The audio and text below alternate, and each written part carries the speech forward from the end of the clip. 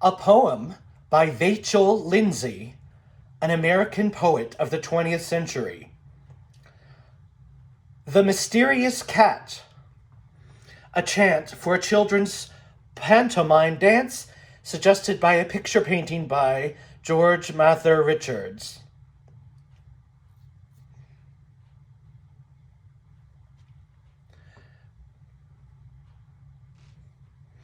The Mysterious Cat, put to music from Mrs. Tabb's third grade music class, Herndon Elementary, Herndon, Virginia.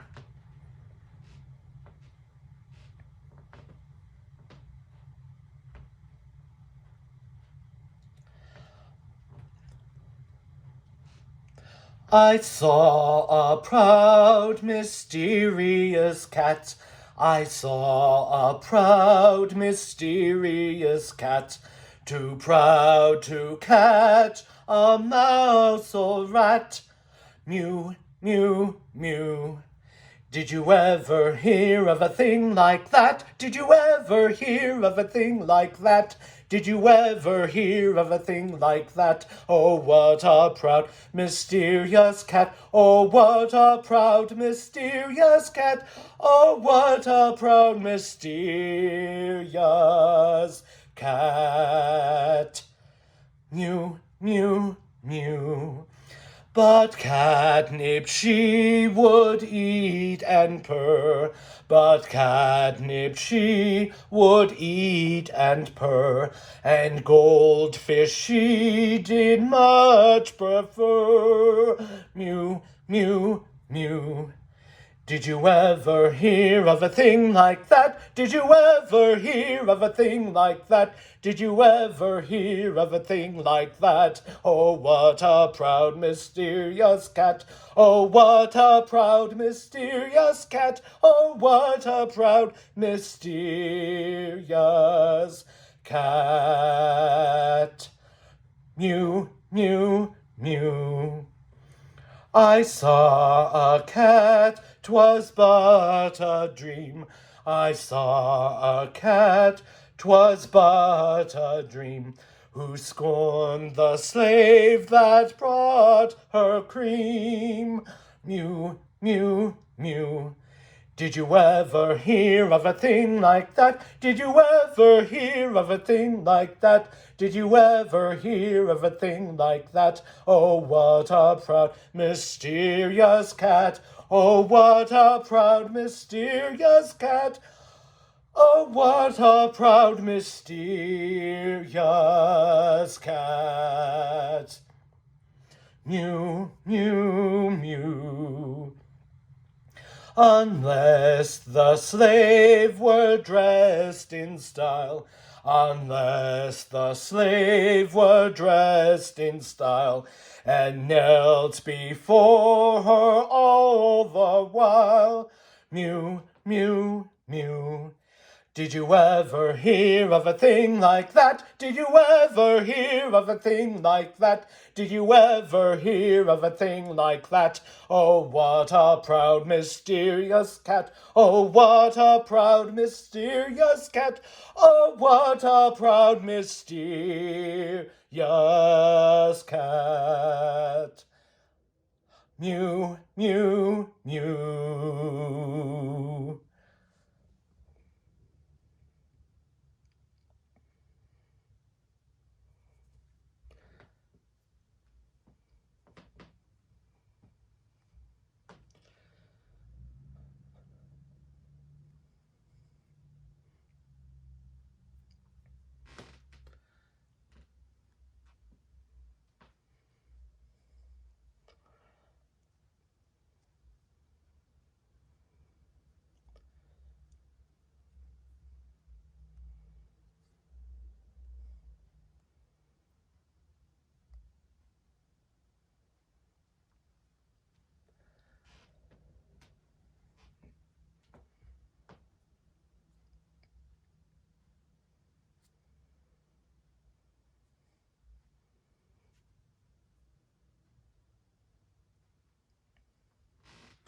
This poem is being posted on YouTube and Instagram.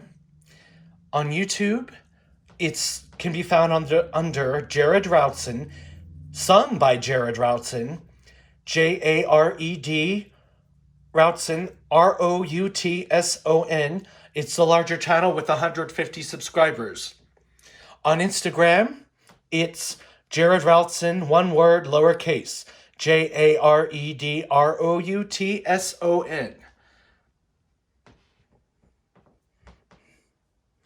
For further information on Vachel Lindsay, try a Google search, or try even videos on YouTube, or try the Jared Routson's Cats movie playlist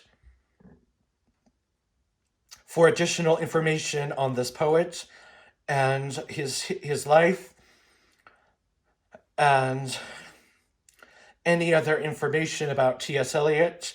It's like for a comprehensive biography on T.S. Eliot. Jared Routson's Cats playlist. And there are two other playlists, Cats Infest Anaheim, hold on.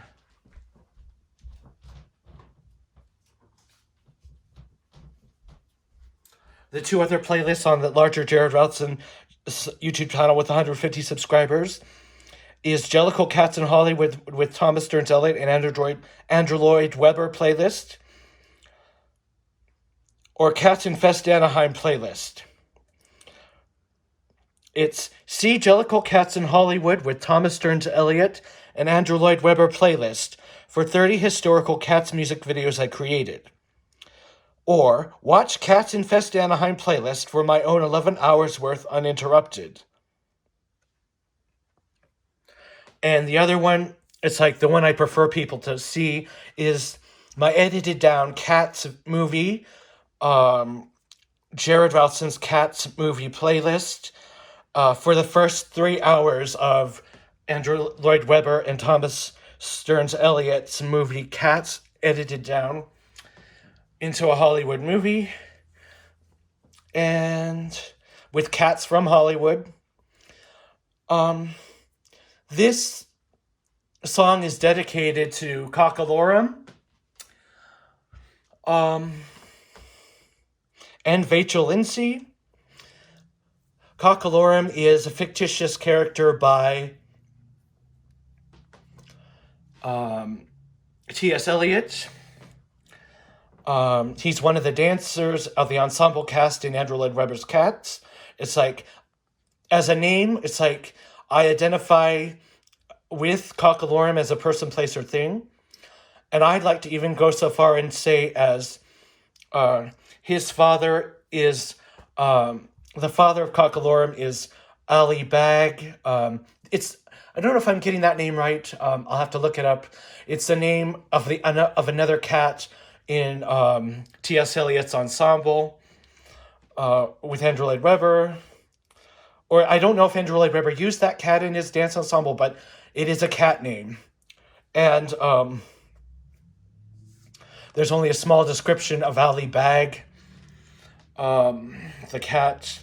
But I relate it as my dad. And it's like, I'm going to be releasing a poem about Cockalorum.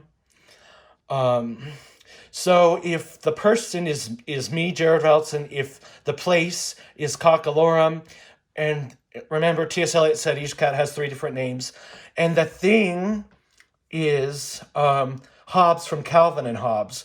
Of course, Hobbes is just a stuffed animal, tiger, an imaginary friend of Calvin, or of Hobbes, or Calvin, excuse me. The only other person in Hollywood who has an imaginary stuffed tiger is Barbra Streisand. It's like, I put Bad Cinderella's Only You, Lonely You song to a music video of Calvin and Hobbes. It's like, and Only You, Lonely You to a bodybuilder, also a bodybuilder model, from Instagram, and I forget his name. I apologize, but if you watch the music video, you'll know who it is. It's like of Only You, Lonely You on my uploads playlist and on my Cats, Jared Rawson's Cats playlist. And so that's a little background. So Barbara Streisand has an imaginary stuffed tiger in her song Memory. It's Tigger from Winnie the Pooh of Disney's live action remake of Winnie the Pooh called Christopher Robin. That's just a little bit of trivia. It's like whether I can feel the shoes of Cockalorum remains to be seen. But after I released the poem, it's like maybe I could be Cockalorum, because it's like if James Corden can be Bustopher Jones, it's like other people can be a cat too. It's like, in my opinion. James Corden played Bustopher Jones in the 1998 live action movie of Cats. And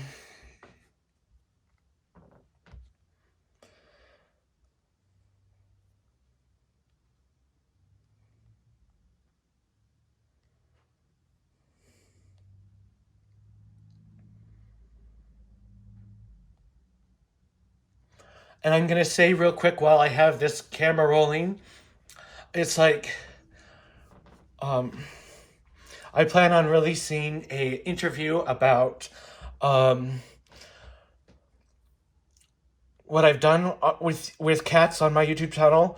It's like the remaining cat poems that were never published by Andrew Lloyd Webber and aren't even on YouTube, some of them. It's like that I want them to be incarnated as cats.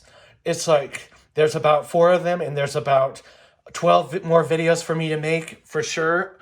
It's like it's really something that isn't going to stop anytime soon, as long as they're making cats in Hollywood.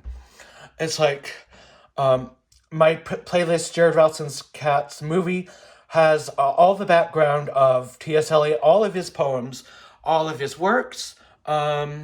It has a lot of information for anyone who loves cats now. It has the history of the species of cats, the different kinds of cats, found wild cats and feline cats. It's like names of cats. There isn't anything about cats, the healing powers of cats. There isn't anything about cats that's not on that playlist. Plus, it has anyone who's ever been in a Cats, involved with Cats, the musical or anything else, iconic about Cats. The playlist, I'm loving it, and it's gonna bring a lot of insight to me in months to come. And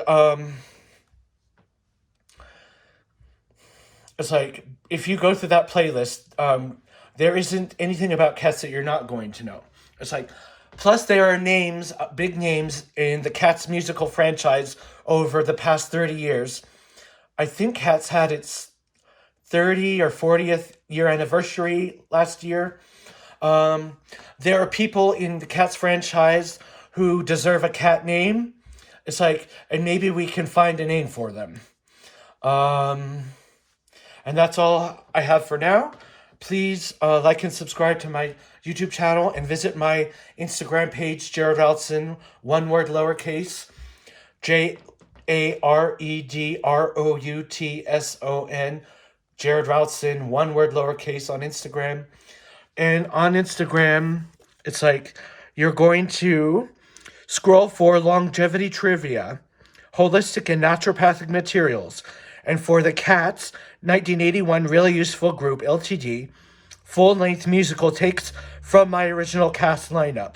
In other words, the first videos I ever did of Cats 2 years ago, when I had discovered the franchise, though I had discovered it back in 2012 or sooner, like whenever Alice in Wonderland was released by Disney, and Shrek's Christmas special with Puss in Boots, and As on the Lion, they were released back in 2009. It's like I made music videos for them. It's like then I stumbled across the VHS copy of Cats in the it's like in the library, local library. but I never thought anything of it until 2021 when I published the the three songs, the three songs plus the Andrew Lloyd Webber song of as of the Magical Mr. Mistopheles for Aslan the Lion. Um, I published them in 2021. It's like none of them were allowed to be published on YouTube. In 2020, it's like that month I found a cat for Sarah Brightman's um,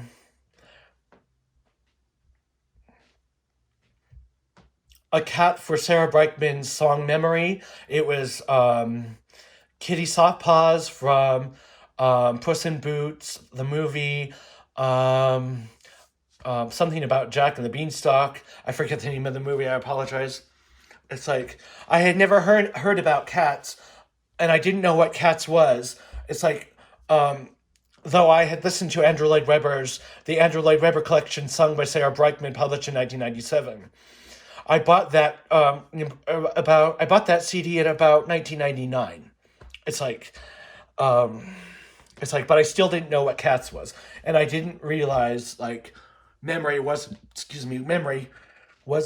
just a song from Broadway. It was like I never put two and two together. It's like, but I did put those songs to those cats in the around 2010 when those movies were released. It's like, but I never put, though I had a YouTube channel at the time.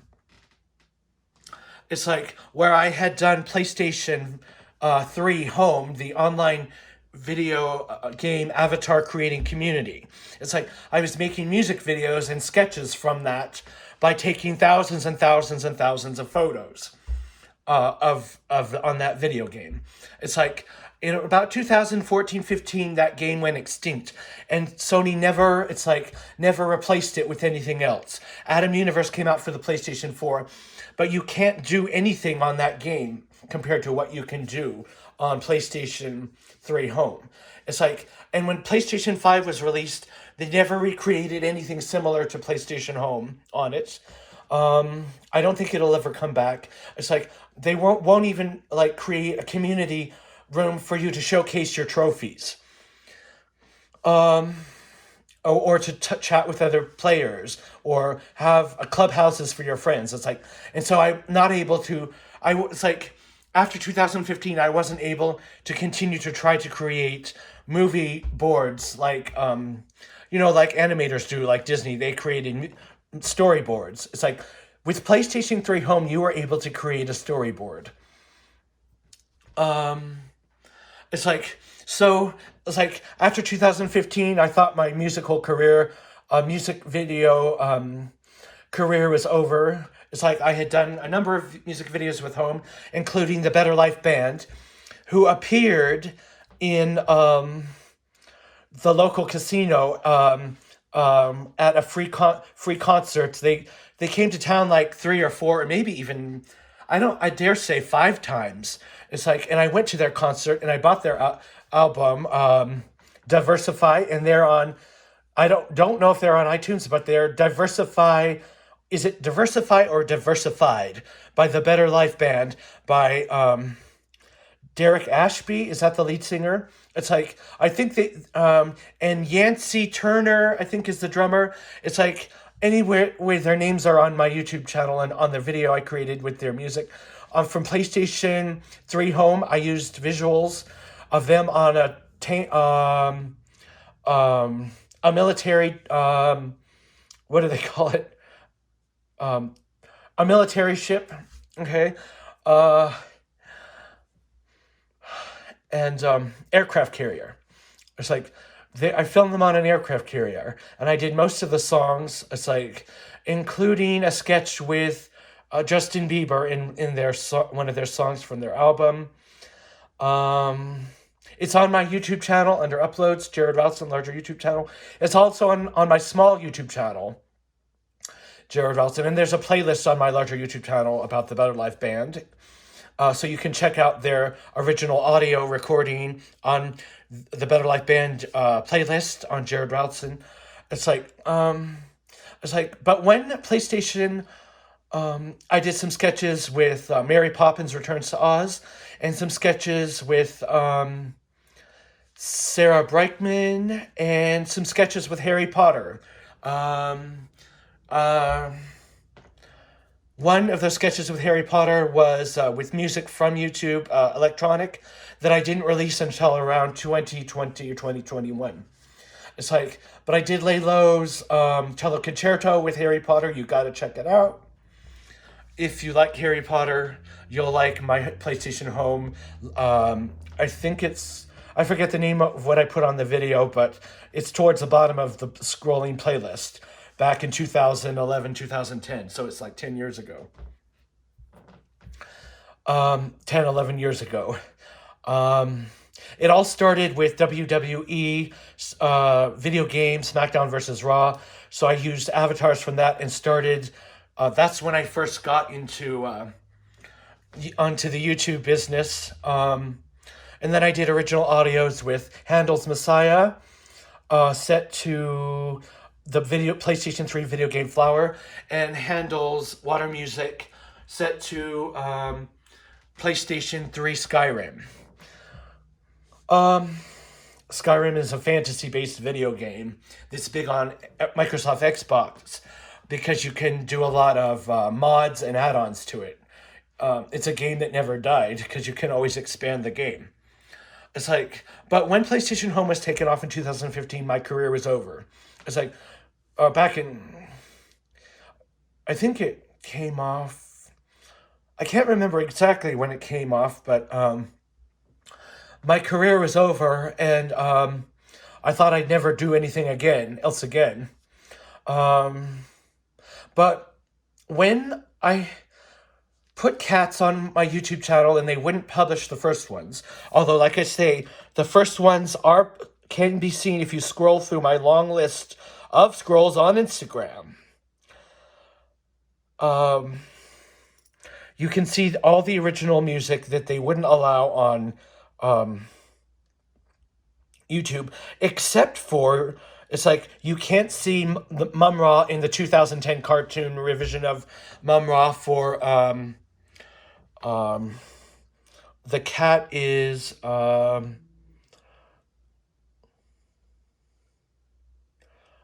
think it's of the awful battle of the peaks and the pollicles. The great rumpus cat.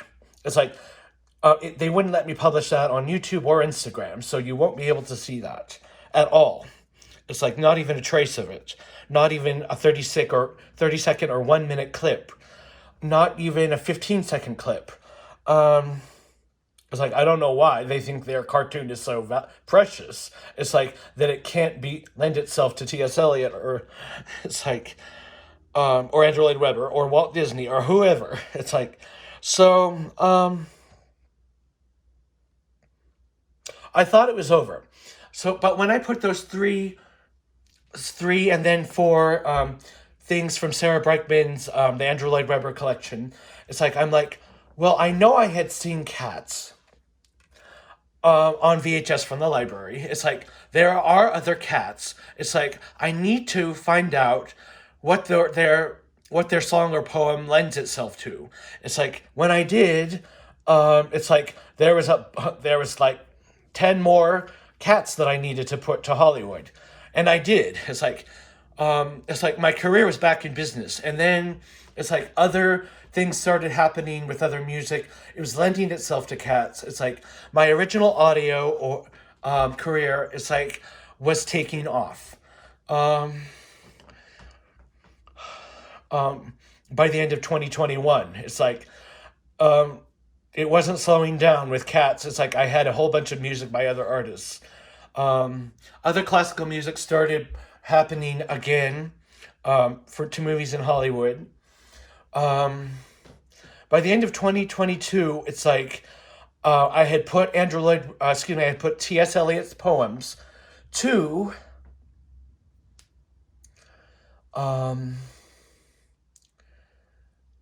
just his poems being read by British actors and actresses, being read by T.S. Eliot, who is on YouTube. It's like and I had put the 2019 DVD of Cats to real people in Hollywood, not just animated actors, but real people. So it's like the 1998 DVD with Elaine Page. You got to watch it. You got to buy it. It's on Blu-ray. The 2019 Tom Hooper, director of Cats. That's on Blu-ray and HD. It's in 4K. You can buy it in 4K. It's like PlayStation 4 and Xbox XS series all support 4K Blu-ray. They're not called Blu-ray discs. I don't know what they're called, but they're a little more expensive, but it's worth owning. It's like everything is moved over to that format now. It's like I don't know when 8K will ever be released, if at all. So buy those DVDs. They're worth owning. You'll either like one or the other better. I don't know why people say they don't like 2019 live action featuring Taylor Swift. She does a great job, and her song "Beautiful Ghosts." I put it to the Revenge of Kitty Galore, Cats and Dogs with Beth Midler. And also Taylor Swift plays one of the Thundercats. Is it Shitara? It's like her song "Beautiful Ghost" when she sings it. So that's on my YouTube channel. So by 2020, by the end of 2022, I had 5 hours worth of Cats as a movie. By the time I get done with the rest of T.S. Eliot, it's like, then I did some of T.S. Eliot's other poems that are not related to cats, although some of the Cats materials is sourced from them. And that you'll find at the top of my playlist. A lot of those poems I put to Walt Disney movies. And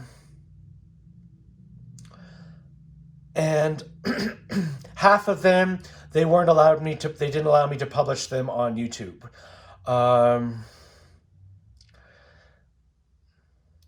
The poem that talks about cats being seen as yellow mists, it's like that poem I put to the Walt Disney movie about what's the name of the movie? It escapes me, but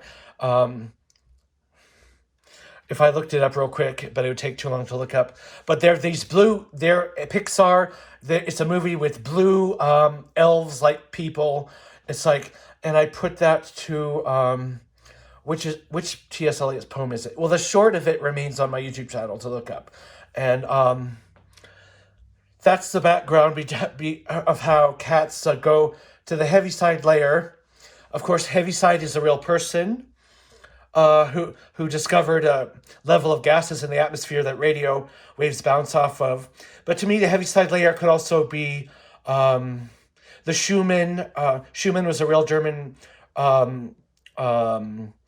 scientist last century who discovered the Schumann resonance of the atmosphere.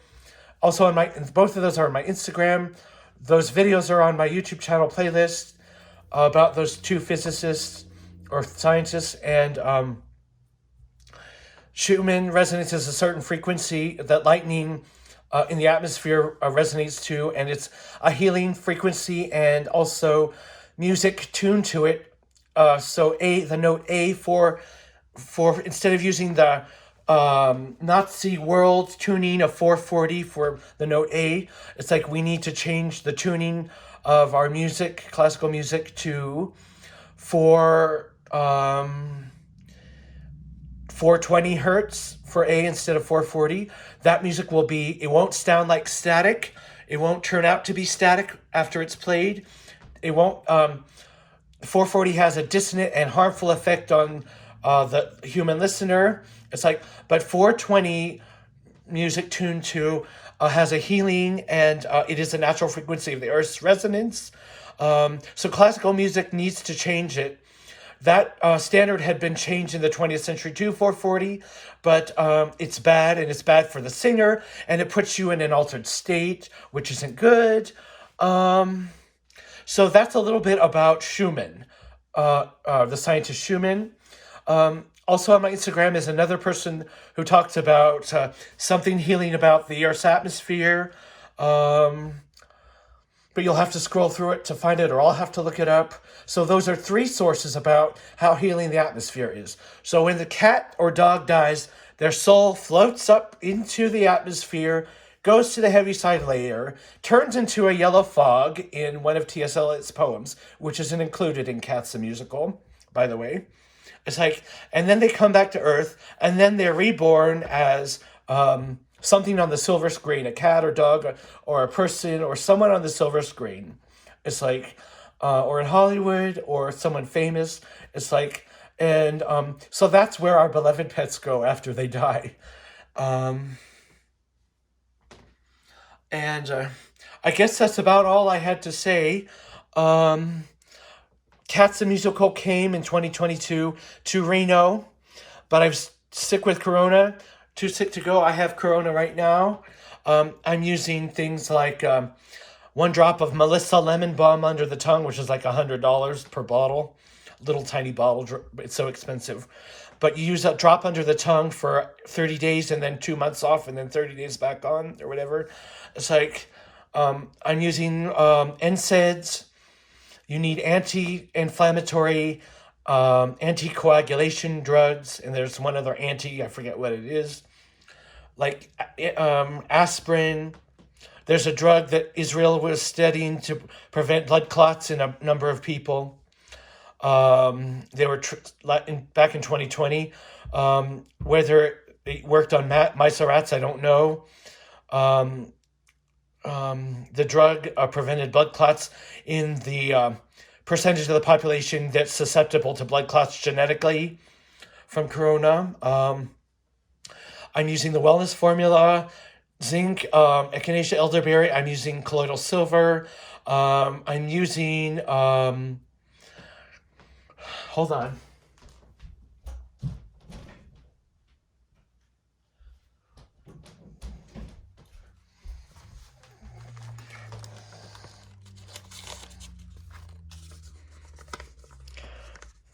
It's like I'm using two different essential oil formulas.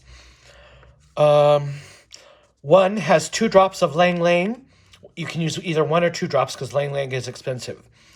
And 5 drops of grapefruit essential oil by doTERRA. 5 drops of lemon essential oil by doTERRA, which is a multi-level marketing company. It's not multi-level marketing, but they're online. You won't find them in stores, although in town there is a local shop that does nothing but doTERRA. So that, like I said, that formula has 2 drops, 1 or 2 drops of Lang Lang. I put them in a capsule, a gel capsule you can buy. 5 drops of grapefruit essential oil, 5 drops of lemon essential oil. The other formula is like an antiparasitic that they give animals.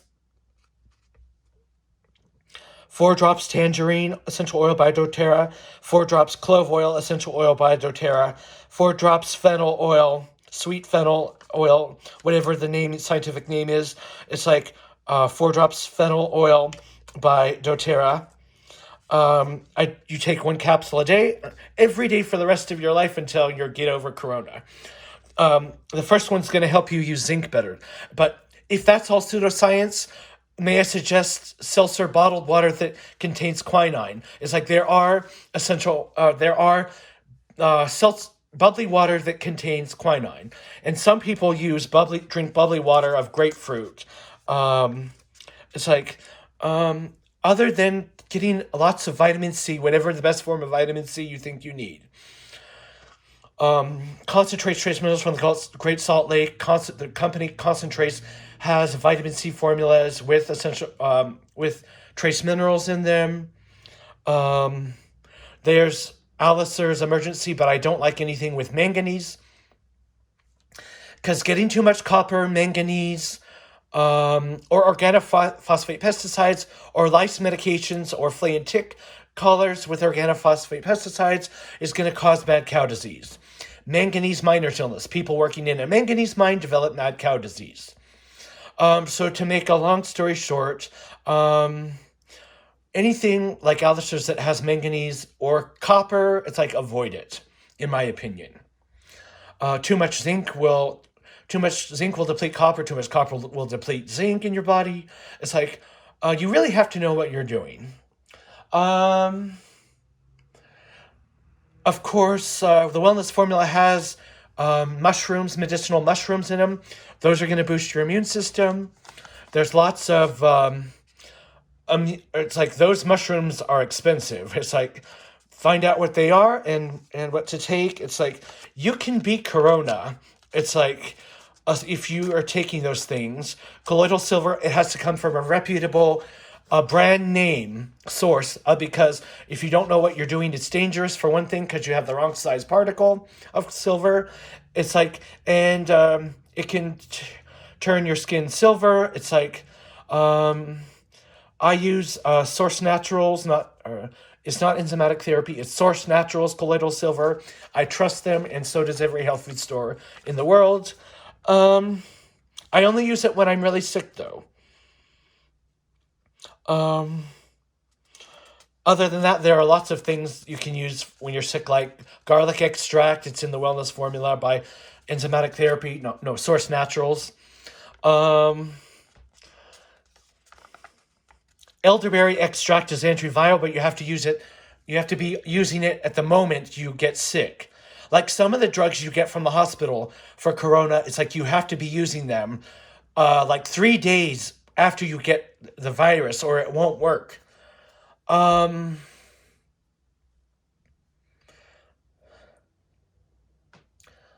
um,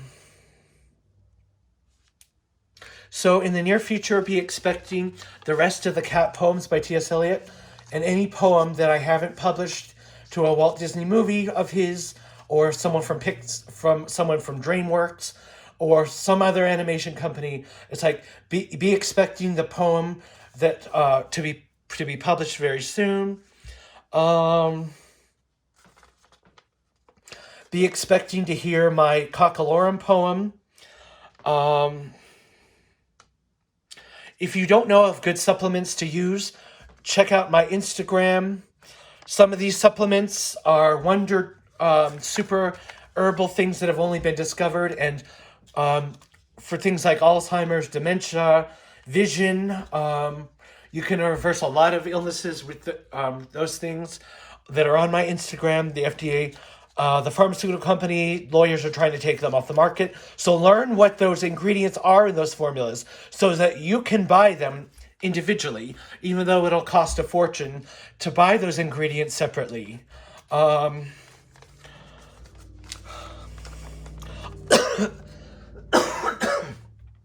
There's a lot of ingredients that you can only find overseas because the FDA took them off the market in the United States of America because they were working and they were competing with their precious pharmaceutical drugs that are riddled with side effects, and they don't get the results that super herbs can get. You know, the zebrafish has perfect vision its whole life. And it eats astaxanthin and blue-green algae and spirulina or chlorella. It's like, especially the astaxanthin, it's found in Hawaii. Those hydroponics in humans regenerate the zebrafish's stem cells, so they have perfect vision its whole life. It's like those ingredients, and another ingredient is also formula on my Instagram, regenerate stem cells, so you can have perfect vision your whole life. It's like just about any vision problem it's like you would go blind for. It's like you can reverse it with astaxanthin and the other things that are in those products. It's the name of the formula. I forget the name of the formula. But learn what those ingredients are, and then you can buy the ingredients separately when the FDA takes them off the market.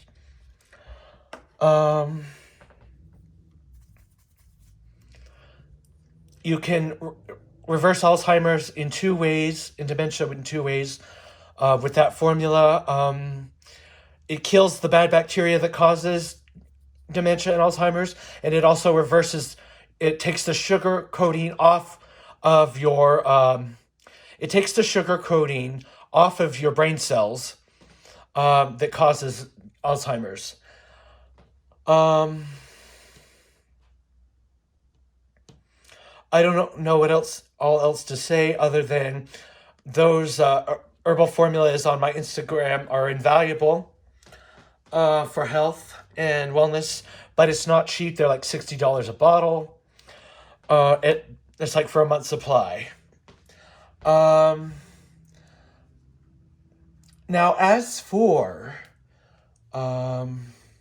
Draken, it's like so the German porn industry, an inventor, not a scientist, gave his athletes in the German Olympics or in Germany for the Olympics in the 80s. An herbal formula is as a liquid serum. I think you put it under your tongue. It's like the men grew enormous penises, like not just like and anything less than 5 inches is abnormal. It's like it's because of a blockage of inflammation in the body that your penis didn't grow if it's below 5 inches. So it's like, and they grew 8 inch penises. It's like 10, maybe 12, and not just in length but also in girth. It's like plus their sex lives exploded and they have no problem at all in sex and no fatigue in sex. It's like and it's real. It's like the German porn industry has been using it since the 80s because the German scientists gave it to that industry. It's going to be a fact. It's like someone from Canada learned who was in the porn industry. It's like learned about it in Germany. I think it's the communist Germany that had it. And Draken is online. You can look it up and learn about the history of it. He smuggled He smuggled the formula. We bioanalyzed the recipe. We found out what ingredients are similar around the world. They're herbs and amino acids that are similar to the formula. But the Maasai tribe in Africa also has enormous penises. Some people, like some women, like leave to become to marry a Maasai so that they can have sex. It's like 'cause God intended your penis to be like 12 or 13 inches, to be honest. Um, it's a fact. um, and sex, it's like okay. Um, and sex was meant to last a lot longer than what normal men experience. It's like um, you can look up the Maasai tribe. They're a real people on YouTube. They're a real tribe, and their penises actually are 13 inches, and they celebrate it, and they don't hide it either. It's like so in the pictures you'll see exactly. Um, There was another formulator before Draken, which is on my Instagram, who talked about the Maasai tribe. But it's like when I tried the product, I didn't get much results. But with Draken, it's like, okay, maybe if you have a short penis, Draken might extend a 4 inch penis to a 5 inch penis, maybe after 6 months of using it. I don't know. I'm only speculating. I think the Canadian formulator of Draken probably had problems with the FDA and wasn't allowed to put in the ingredients that are in the serum that German doctor used. It's like, so you're not going to get much results, however, according to penile growth. However, you will get better sex. It's like your penis is going on Draken after 1 or 2 months of it. It's like your penis, it's like you put 2 sprays under your tongue in the morning of Draken, no food 30 minutes before or after using it. And at evening, you put 4 sprays under your tongue. It's sublingual. It's the only way to bypass the destructive stomach acid. Stomach acid destroys a lot of nutrients unless it's a mineral. Um, it's like you're going to put 4 sprays under your tongue in the evening. And in 1 month, your penis is going to feel like butter. I kid you not. And your sex life is going to improve. And this is especially for people who have poor sexual health. Okay. Um, and they need a boost, but I think it's going to benefit anybody. Um, the difference is day and night. And so I would recommend it to anybody, even though it's like probably he had to change it or water down his formula so your penis doesn't grow to 13 inches in both length and in girth. Um, Maybe an inch in girth, I'm guessing. It's like if you've seen the pictures of the Maasai tribe, it's like you will know. Um, Marriage is supposed to be a lot better, according to God, than what it is now for people. Um, and marriages don't survive when there's no sex. Okay. Um, there's on my Instagram, there's a herb from the pistachio. It's from the pistachio tree, although you can kill H. pylori um, bacteria that cause stomach upset, and it stays in your stomach your whole life, and you need to kill your pylori bacteria right away because it causes acid reflux, which causes cancer. So his formula was taken off the market by the FDA. It has pistachio um, gum in it or whatever it is. But the you can find online the other things that kill pylori include oil of oregano. There are other essential oils that kill pylori, so look into it. But you know what, men out there, if you want to have better sex life, um, it turns out now there are several causes to illnesses and stuff, and not one herbal formula treats all of the causes necessarily. But when it comes to your prostate, men, you're being lied to. It's like everything else under the sun about diseases. Um, it's a formula on my Instagram page. Um, Hard water. So men's prostate problems correlate to the hard water map of the United States of America. Congress has covered it up. They don't want to pay to remove the hard water and calcium. By the way, don't use calcium. Only your body needs magnesium. Your brain needs magnesium threonate. Each each part of your body requires there's like 7 forms of magnesium. Each part of your body requires each kind of one. But if you want better mood and stabilized mood, it's called magnesium threonate, I believe, or whatever it is. You'll find it on my Instagram. I'm sorry, my memory isn't that great. So don't use calcium; it's a poison. Don't use vitamin D from a supplement; it's a rat poison from sheep's lanolin. The only vitamin D I recommend, maybe you can get it from fish oil or from fish, but no other form should you take from a supplement. You need to get your vitamin D from the sun. Using vitamin D, I don't know if vitamin D is going to kill corona. I don't know if vitamin D3 from sheep's lanolin, from the cheap kind you get from the grocery store, it's a bad deal. It's like, I don't know if it will kill the coronavirus, but it's going to kill you. Like it kills those mice and rats that they feed it to. Um, Mag. So don't use calcium, any form of calcium. It was not meant to be ingested, but magnesium is what you need. You probably need magnesium bromo. I don't know what it's called, bromine. Look into bromine. Bromine, I don't know if it's safe. It's probably a trace mineral. Um, so magnesium with some other mineral, but especially magnesium you need. And milk of magnesia, people drink it to calm themselves. But that's not the form of magnesium you really need to calm your mind. You need magnesium threonate. Magnesium, the inorganic forms of magnesium, it's like you want to take bioavailable forms of minerals because if you take rock forms of minerals, they're not easily absorbed. Even zinc oxide, it's not easily absorbed. Centrum, any mineral in it, it's not going to be absorbed. In fact, centrum passes through you into the porta potty. Dr. Wallach of the Dr. Wallach's pig arthritis trace mineral formula says, there are things you need to lower your blood pressure. It's like not all forms of,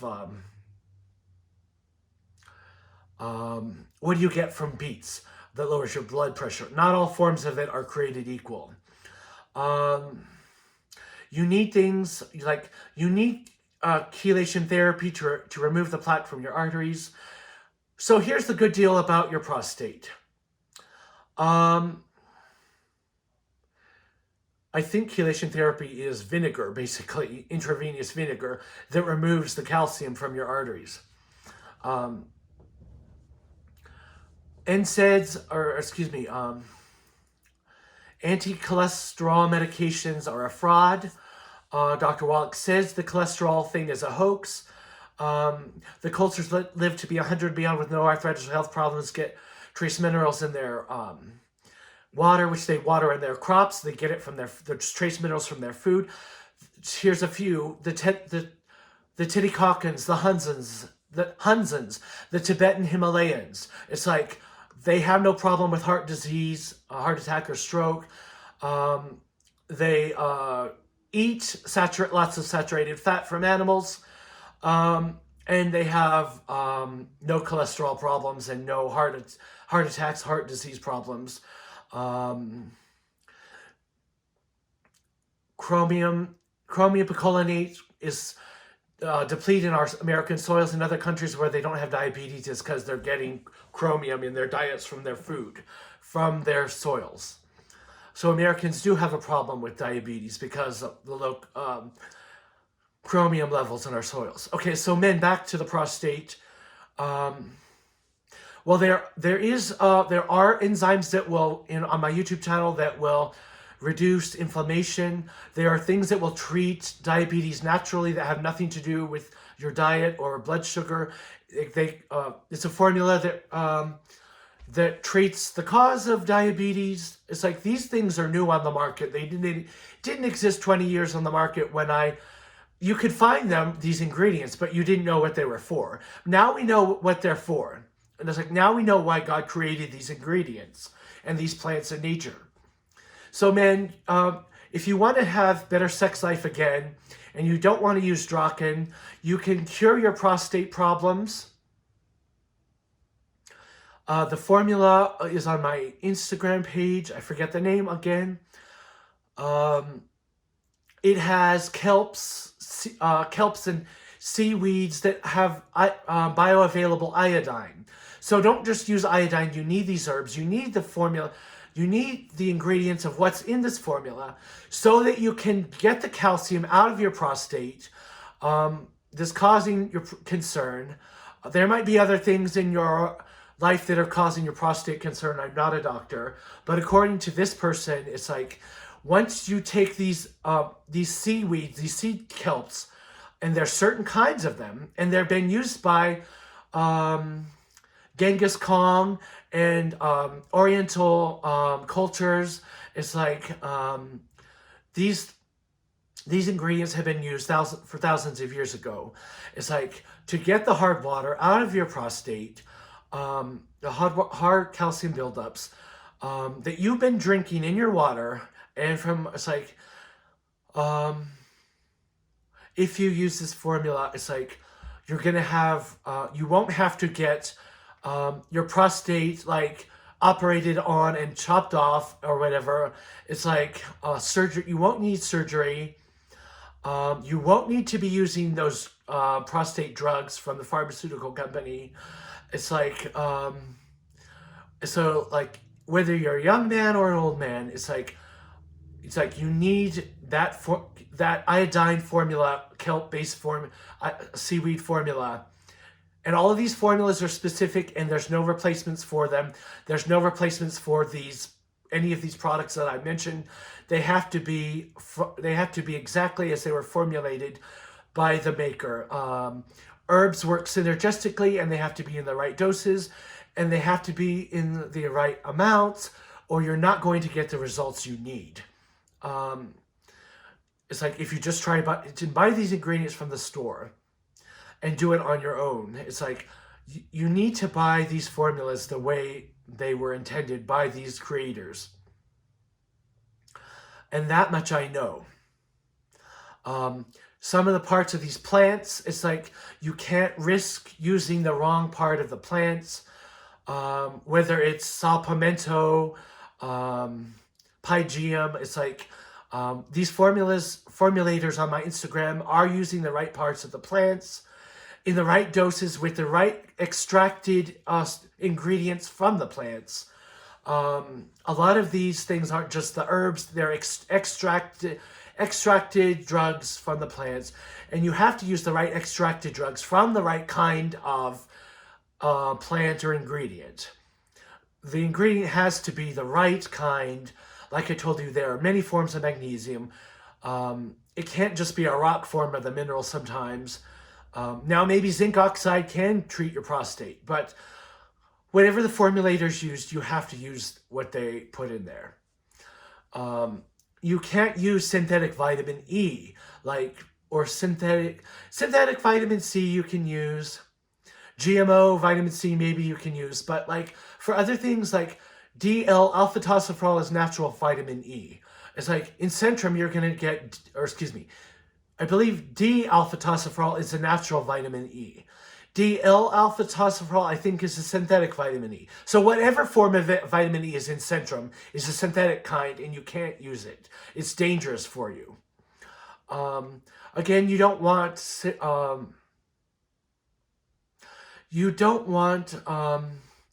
anything with manganese or copper in it. It's like silica in your you need silica in your diet. I recommend it by horsetail. It's like you need silica for good skin. It's like anything about your skin. It's like you're gonna need. I don't recommend. It's like it from a one-a-day vitamin. It's like it's not gonna work. It's like the days of the one-a-day vitamin are out the window. It's like what you need is gonna be a lot more sophisticated. The oils that you need in your diet, like Udo Erasmus's Ultimate Oil Blend, it's like you're going to need the oil in that. It's like you're going to want to get rid of the toxic vegetable oils in your diet. And a lot of olive oils on the market are not real olive oil. It's like, so Dr. Stephen Gundry's, he's a nutrition guru. You need to take his supplements. It's like you need his polyphenol blend of from olive oil. Only his brand of polyphenol oils will do. Nothing else will take the place of his oil. You won't get healthy if you try to take something else that's a knockoff. There's also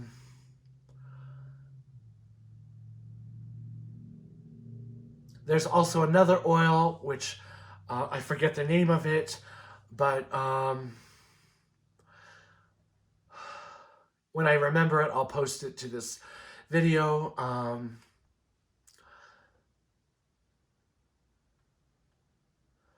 Black seed oil is the name of the oil. It's like, women, you need to be using evening primrose oil. There's so many things to improve your health. Things that I didn't know. It's like Dr. Stephen Gundry will tell you how to extend your life with his products. There are a lot of life-extending herbs like PQQ from kiwi. Resveratrol is a new thing. You need to be using the right forms of resveratrol. They'll give you energy. You can run marathons like the rats that they give it to do. It's like, you want better vision, bilberry extract. Pilots use it in World War II for better vision. So a lot of these things we're in the health food store. It's like, but they've been researched now, and we know what they are, and we know who makes them. We and so before I run out of time, there's a formula for your libido for men that's from the Orient. It's like you'll want to use that. There's another formula for your libido for men that's on my Instagram. I was like, both of those are, the formula from the Orient is on my Instagram. The formula for men from Native American tribes that was discovered in the 1800s by explorers. That formula is on my Instagram also. It's like, there's really no excuse to die young. There's no excuse not to be healthy. I don't care what your illness is. There's no more excuses anymore. It's like, but it's like Medicare and Medicaid doesn't cover these things. It's like, they'll give you the pharmaceutical drug that has the side effects, unfortunately. It's like, you're not going to do well with that. You're not going to do well with the surgeries they have to perform on you. It's like, modern medicine, heroic medicine is not the Hippocratic Oath. It's like, but really, if you have money, it's like there's no reason for you to not have an amazing love life, an amazing health. Even psychiatric disorders, I believe, can be treated with these minerals and herbs. There are herbs like St. John's wort that treat depression that are natural. It's not covered. You can get the extracted form of it. It's not covered by Medicare and Medicaid. It's like, so one herb for your brain I do know is cat's claw.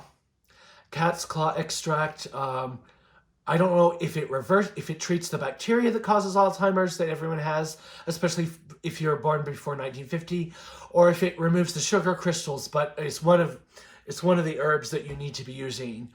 So all of those things I'm talking about, whether it's for mental health, men's health, there's stuff for women's health that you need to be using instead of for menopause and stuff. It's like whatever the illness is, the trace minerals can reverse it too. Gray hair is caused by tin deficiency, Dr. Wallach says. At least in animals, they know it. Veterinarians treat animals with trace minerals. People should be treated with it too. So Dr. Stephen Gunry on my Instagram has a superior form of trace minerals from a superior absorbable form of it, only found in his exclusive source. It's like Dr. Wallach's form of trace minerals is from an ancient shell deposit with aluminum. I wouldn't trust it, even though it's bioavailable. It's like, I'm using trace minerals from the Great Salt Lake. It's ionic, but it's not as absorbable as Dr. Gunry's source of trace minerals. There's also something called colloidal silver and colloidal gold. It's like, if you want health, if you want ultimate heart health, you need to be using colloidal gold from a proper distributor of it. So there to me is the fountain of youth. I don't know what else to say, but I'm running out of time. Check out these tips about health on my Instagram page, Jared Routson, one word, lowercase. Also, the bee population is dying because of 5G radiation. So if you're not healthy, is it because of the 5G radiation you're being exposed to? Are you eating microwaving food in Tom Vallen's Search for Health magazine hurts your biology of your blood health indicators go down after you eat microwave food. It's like, is your radiation from your cell phone, or are you living near a 5G tower? Is it like 4G wasn't as bad as 5G for your health wise, but is that a cause of your concern? It's like, well, you need to get your dental amalgams out. It's like, you need to be using what Snoop Dogg is using in his, it's an amino acid that cures your liver. There's a female naturopathic doctor on my YouTube channel. You need to be using her products she talks about her liver formula, which are things that reverse your liver problems. It regrows your liver. I forget the name of her, but if you know my Instagram page, you'll know her. Naturopathic Dr. Holly Lucille, I think is her name.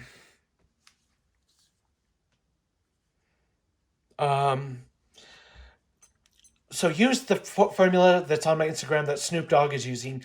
It's an N-acetylcysteine. It's an amino acid. It's like it'll help you detoxify your body. Holly Lucille's naturopathic formula for your liver will fix your liver. And she has a bunch of other products for a bunch of other things, including she can reverse hearing loss. But those things aren't cheap, and you have to keep using them to get results, some of them. And that's all I have to say for now.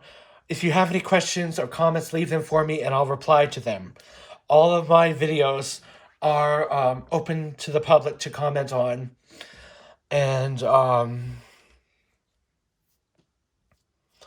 the research I've been doing this past month has been about T.S. Eliot. It's like I've completed the franchise, but did you know he was a Lincoln Douglas scholar? He talked about philosophy in some of his later books. He has like 5 or 6 plays. Only 2 of them I found on, 2 of them in their entirety did I find on YouTube. I did some research on astrology. It's like I know what everything is that has to be in harmony to make a good friendship or a good relationship. It's not just your rising sign. It's not just... And by the way, remember, according to Paul Harvey, the signs of the zodiac, as they're published, everything about them is 30 degrees or 30 days too soon. He said maybe it was 22, 24, 25. I think it's 30 days too soon. So if you thought, it's like, they said on February 6th, they said I'm Aquarius. I'm not really Aquarius. You back it up 30 degrees, it's Capricorn. So I'm not a fixed air sign like Aquarius. I'm a cardinal feminine,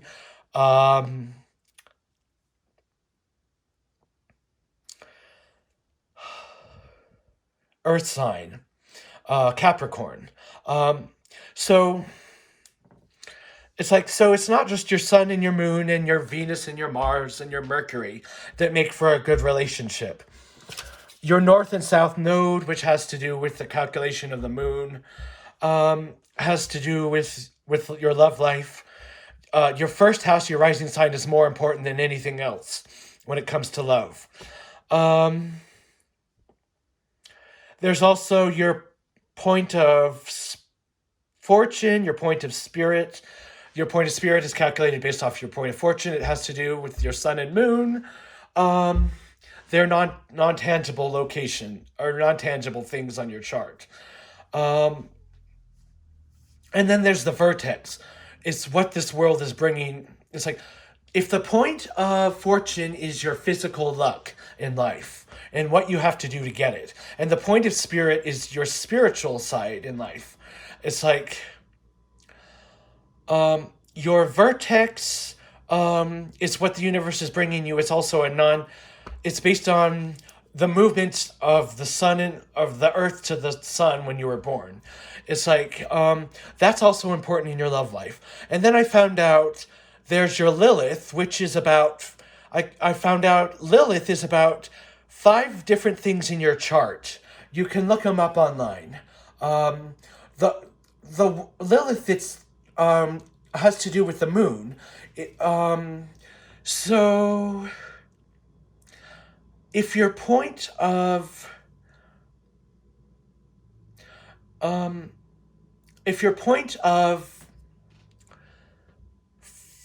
fortune has to do with your moon, how close it was, like when you were born. Lilith is the farther away point in your chart. There's two calculations. Lilith can affect your love life in a way. It's something to learn about, I think.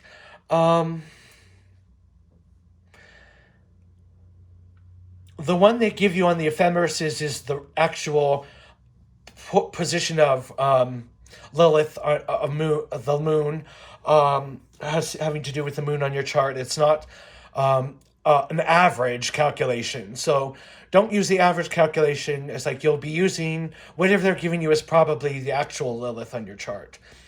It's going to tell you something about you if you believe in that kind of thing. But in researching Lilith, I found out there was something called Priapus. I'm probably mispronouncing the name. Priapus. It's named after a Greek god with a large penis who's a gardener. And wherever that chart is, where in that chart, if you're a woman, that's where you might be submissive, or it's like it might mean something to other people. It does have to do with your love life in a way. It's a non-local point in your chart where the moon is closest to the earth when you were born. And I think it has to do with the moon's orbit. Like in Chinese astrology, it's like your Chinese astrology sign is where your Jupiter was.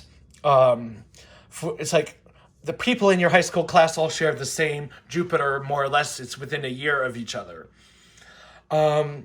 Chinese astrology has to do with the moon, position of the moon and Jupiter, and I'm not exactly sure how they calculate it. But in Chinese astrology, you don't just have your earth, air, fire, water. You have your metal. So it's like all five of those things changes each year. It's like, and you have each person has a different earth, air, fire, water, or metal Chinese sign. I guess I don't know if it has to do with the moon so much. To me, it has to do with Jupiter. But as for Priapus, it's like, so Sylvester Stallone has Priapus aspected to him in some way. You got your Mick Jagger from the Rolling Stones has Priapus aspected in a certain way. I don't know who else is on record with their Priapus. My Priapus is in Scorpio in the bottom of my chart. How you assign the houses depends on what house system you use.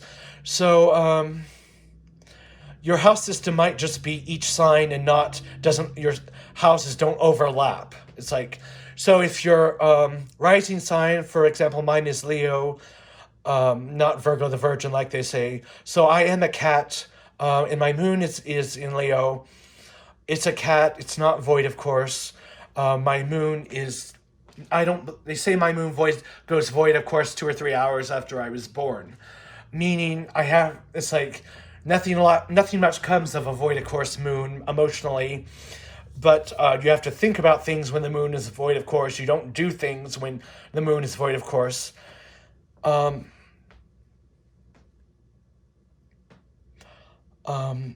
my moon is in Leo in my first house, so you can see the moon when you see me physically. So some of my first house, my physical person is in Virgo, the Virgin, which a lot of men like to seek after women whose sun sign is Virgo, the Virgin. It's like because they make the best women, the most attractive partners. I don't know if that's true or not.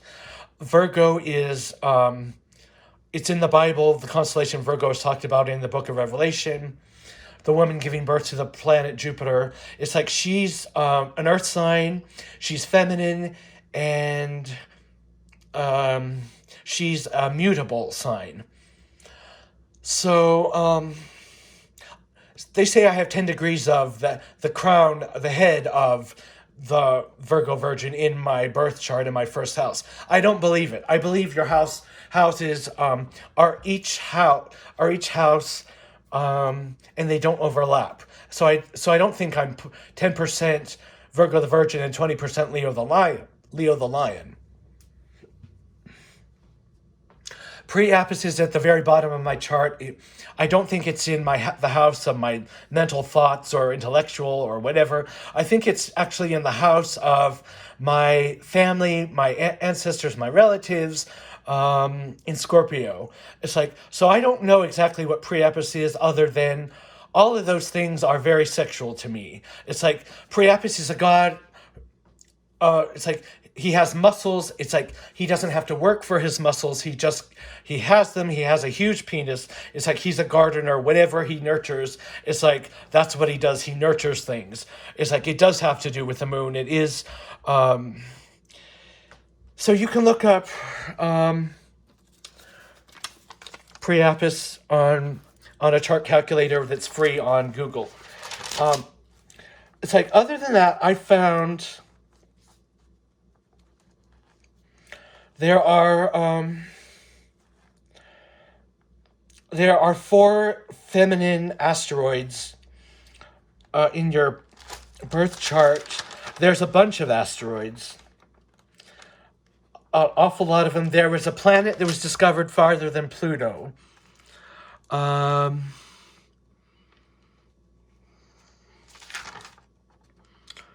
forget the name of the planet. But it was discovered in some time after 2020. There's a myth named after it. A Canadian Greenland or whatever goddess named after it.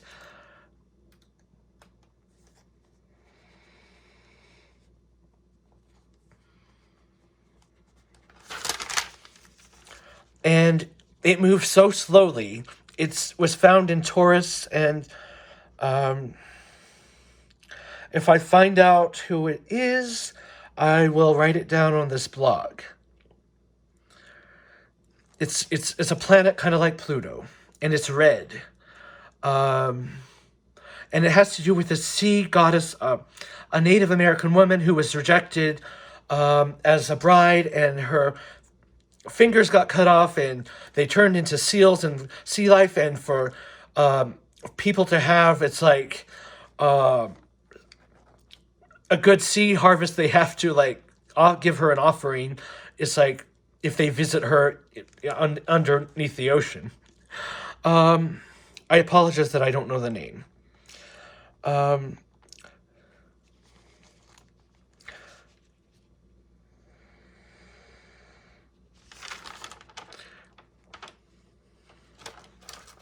Vesta is the name. Give me 1 second.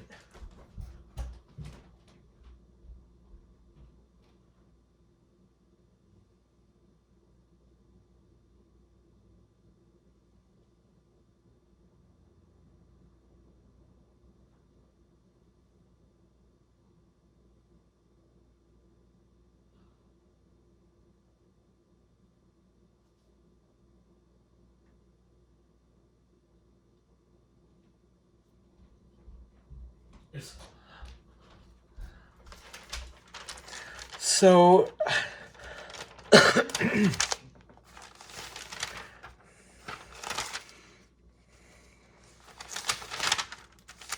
Juno is the asteroid that's important in marriage. It's like if your Juno asteroids are aspected well together, or if your partner's planets are aspected well, it's like there's about 3 hard aspects that we look at in astrology. One of them isn't so great. The others are are wonderful. And then there are some other angular sacred geometry aspects that are important, which are probably not in your chart, but you can look them up. They're not as powerful, but they do have meaning. And the degrees are like 30 degrees, 60 degrees, 90 degrees, 120 degrees, 180 degrees. Is there 130 degrees in there? And the minor aspects, I forget what degrees they are, but maybe they're one of those. geometry does have power in it. And when the planets are in those geometrical configurations, they have power too.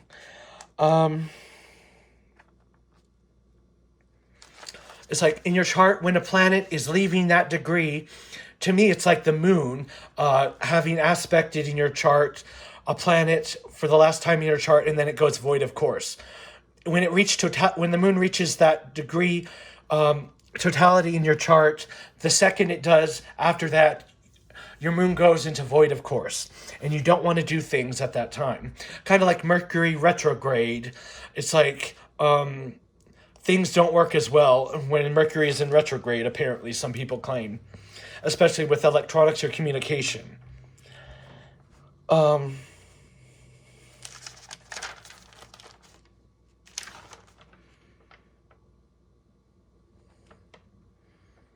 So there's an asteroid called Eris.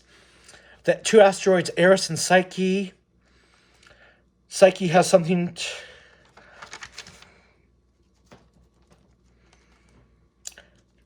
Eris and Psyche have to do with love, and Psyche has to do with opening up something spiritual opening up something spiritual to your soul. And then I looked online for a list of asteroids that have to do with your love life. And there's, I forget, like 10, 15, or 20 of them. And what they do, it's like you can look it up. Some of them have to do with eroticism, but some of them do have to do with love. And they're all named after gods of love, a lot of them.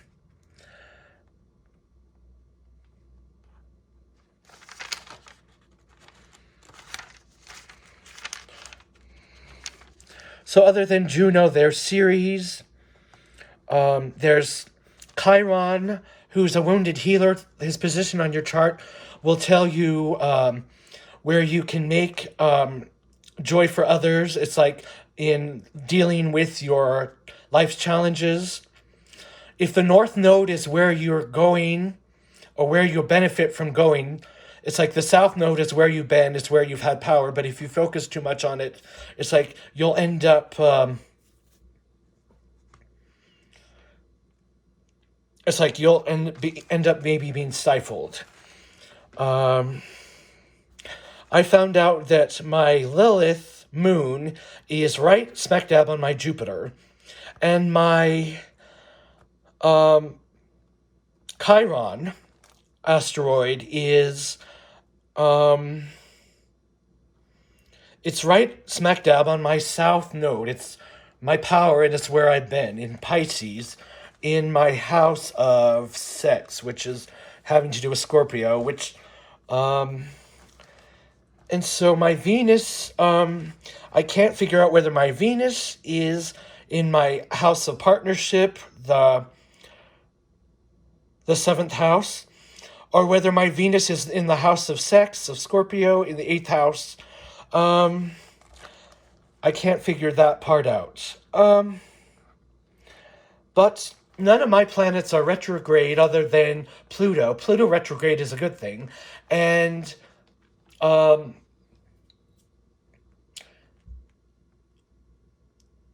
Saturn retrograde is a good thing too. Those are the only two retrogrades on my birth chart. My moon is 2 days after being a full moon. In other words, depending on the phase of your moon, it has to do with what you get from life emotionally, what you put out emotionally. I think it's like each phase of the moon means something different.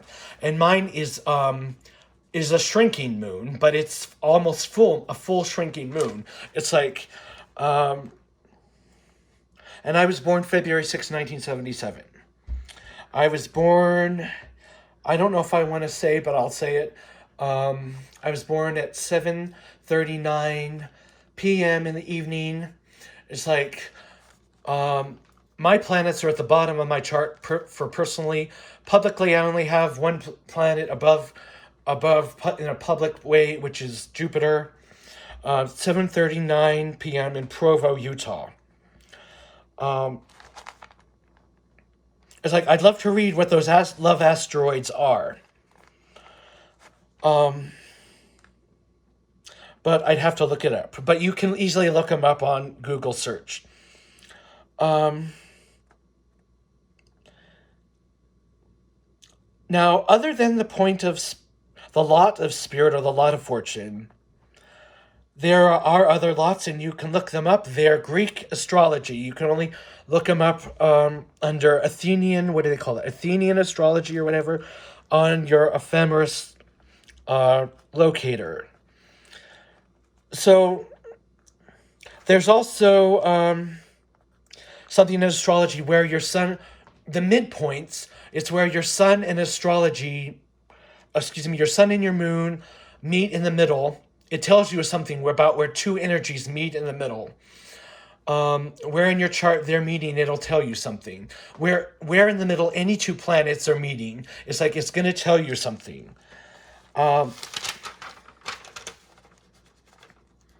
It's called your sun, your moon midpoint. Your ascendant is your rising sign. It's what was on the west, what was rising in the east when you were born. So opposite is the west point. I forget what the west point is called. It's your partner in life. The top of your chart is called your midheaven, I believe, if I'm not mistaken. It's where you do well in career. The opposite point of your midheaven, which is your midheaven, is in the north. So northeast, the south is where your relatives are, your ancestors, your family in your chart.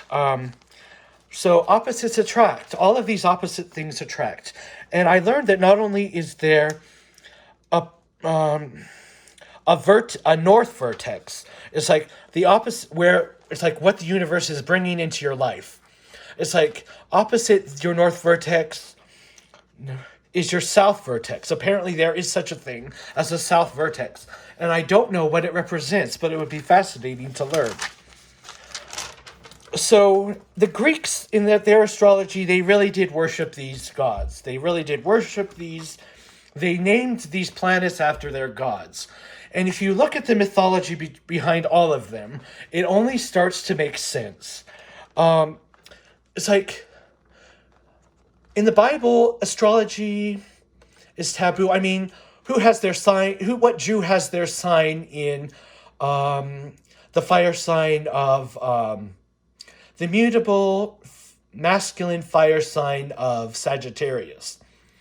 Sagittarius is half human, half centaur, half horse, It's like, these are all mythological creatures.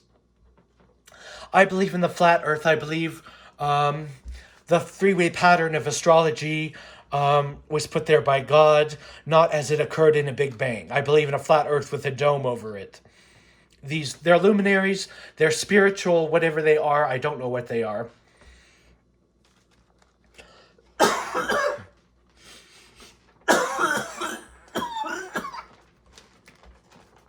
Evolution is impossible. We can't prove it in a lab at all. It's not scientific. So aliens are fallen angels, or man-made or created by the devil. It's like, or creatures that rebelled against God from the start at the fall of Lucifer. And so they're not from outer space. There's no such thing as outer space. Life couldn't evolve on Earth. It couldn't have evolved in outer space. It's like, they're probably from another dimension, or where we let them in from CERN in Geneva, Switzerland. We open up portals for them. It's like, in antiquity, you can learn how aliens and giants came to be in our history. And it's like, you can learn all of that on YouTube. It's like the Book of Enoch is about how the Nephilim mated with women and created half human, half fallen angel giants. And they were destroyed in the flood of Noah. Even the Bible talks about them. And we want nothing to do with anything that's not human. It's like, and during the Great Tribulation, there's probably going to be a lot of that activity going on. Christians, it's like Art Bell talked a lot and Linda Moulton Howe on the Art Bell radio show, they talked, even on Laura Lee, they probably talked to Richard Hoagland and other people talked about alien abductions. Like, who's Nick Jonas's friend, the singer? It's like, who was in his DVD. It's like, she talks about seeing an alien or something, I don't know. But Christians who have given, have made in their, have the belief of Jesus in their heart, and he is the only way to heaven. It's like, not through our own good works, but only by grace, lest any man should boast. It's like, people who are saved by the Lord Jesus do not have problems with being abducted by aliens or demons, in other words, fallen angels. It's like they do not have problems seeing them. They do not have problems with paranormal or supernatural activity in their life. It's like because they're saved. It's like, and if there is activity, it's like, there's a Pentecostal minister on my YouTube channel. It's like, who can cast out devils. It's like, they can be defeated. It's like, whatever is causing that problem in your life, unless you've given, it's like, if a celebrity has given their life over to the devil, it's like, they're called perfectly possessed. It's like, they're going to have to, like, seek help to change that. It's like, they're going to have to give their life to God to be delivered from that. It's like, but if you're not perfectly possessed, it's like, then if you haven't sold your soul, so to say, it's like, and the Catholic Church does exorcisms, then you're someone, it's like, who can be saved. It's like, if you want to be saved, it's like, if you want that devil out of your life, it is possible. It's not hard to find an exorcist either. All of that information is on YouTube. There's even a movie starring Russell Crowe about exorcism. So it's like, they're not ghosts. It's like, they're real devils. It's like, they're the fallen angel, giant spirits of them that were probably, that were destroyed in the flood, but their spirits were allowed to remain on earth. It's like, the devil said to Jesus, are you here to send us to hell before our time? It's like, those the spirits of those giants were not sent to hell. It's like, they were left to wander the earth. Because they cannot help their nature. It's like, they cannot help who they are. It's like, they did not ask to be created. It's like, they were created against God's wishes by those Nephilim fallen angels. That's in the Book of Enoch, that was found in the Dead Sea Scrolls. The Book of Enoch was found among the Dead Sea Scrolls. So I found that there's a list of about 15 lots used in Greek astrology. One of them is a lot of necessity. It has to do with your position of your Mercury to your rising sign or whatever, or something. The formulas are given in there. The lot of necessity, it has to do with a lot, to me, of the three fate sisters in Greek mythology. It's like, in other words, if you don't take care of that problem, it could end up deadly. Because what do the fate sisters do? They cut your cord of life. It's like,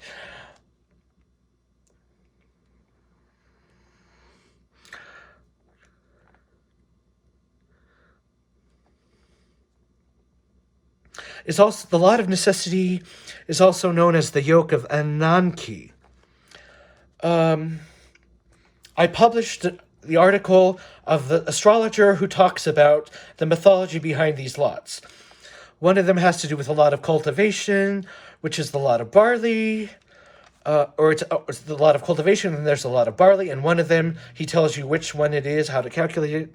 It has to do with prosperity as it relates to agriculture. These are called the spirits of Hermetic lot. The spirits of Hermetic lot. Hermetic is the word you want to use when looking up how to calculate it.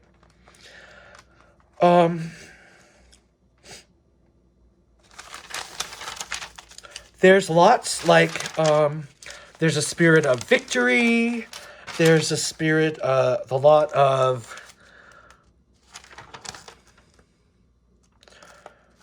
there's lots having to do with your mom, your dad, your siblings, your son, your daughter, your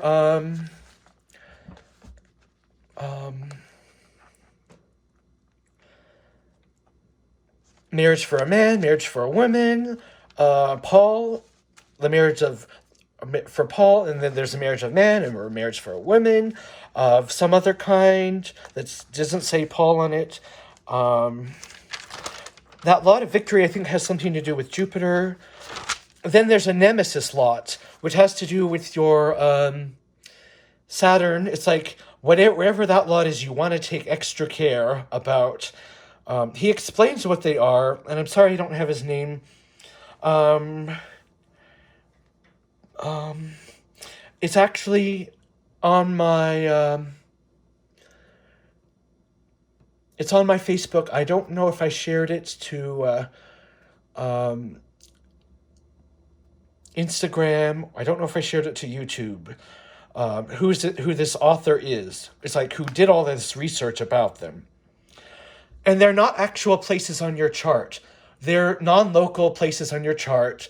It's like, I mean, they are places on your chart, but they don't have to do with where the planets are when you were born. They have to do with the relations of your planets to each other. If you look at the case histories behind these lots of real people, you'll learn that they do have significance in love and whatnot.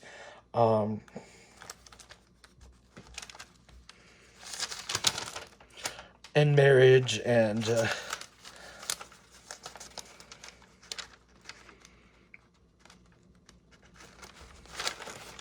it's like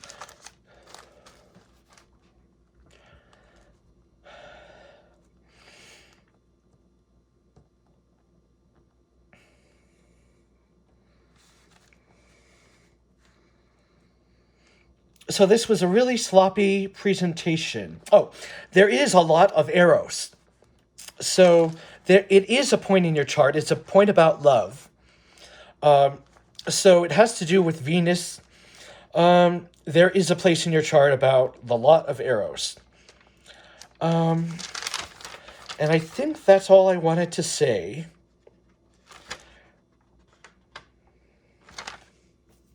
Other than,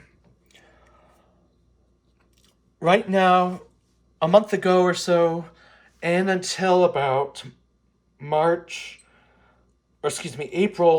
the 22nd of April or whatever, all of the planets have been direct, and meaning none of them are retrograde. It's like, it means people born at this time, it's like their energy is moving forward. It's like, energy is moving forward. There isn't Mercury retrograde with communication problems. Of course, you might be born in a void of course moon, which happens at least every 2 days. So this is a really lucky time, and this is a time to get things expressed and done and experienced and making memories of. It's like, that's my guess. It's like, but people who don't have retrogrades in their charts,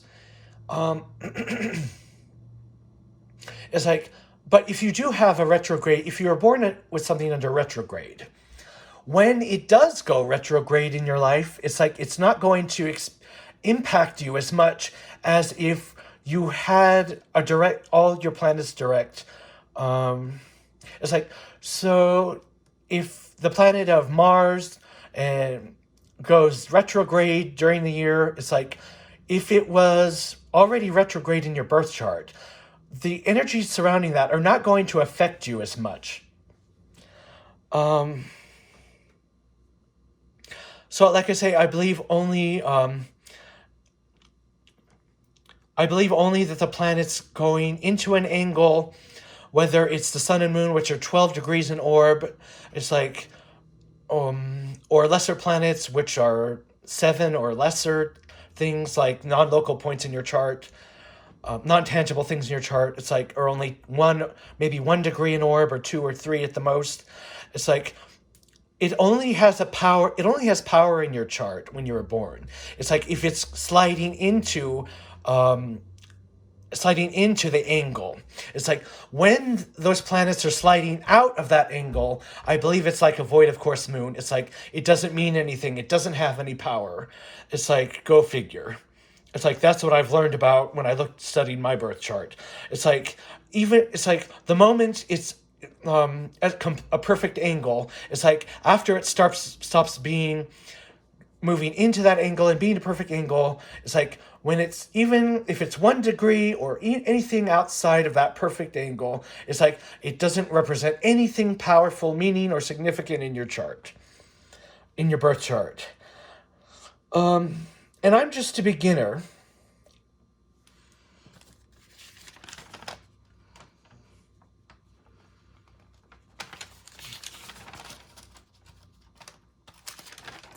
And I'm going to be honest. I've been researching. I looked at T.S. Eliot's birth chart. His sun is in. His sun is in Virgo the Virgin. His rising sign, which is how he expresses himself to the outward world, I think it's in Scorpio. It's like, I was born at night. It's like, you won't see the sunshine in my person. It's like, but most people are born during the day. You will see the sun somewhere in their person. It's like any moon that's on the rising sign, or excuse me, any direct planet, any major planet or anything that's on, that's in the rising sign, that's in the rising in the east. Because remember, the constellations rise backwards during the day. It all rises backwards. It's moving backwards because of the spin of the Earth, which I believe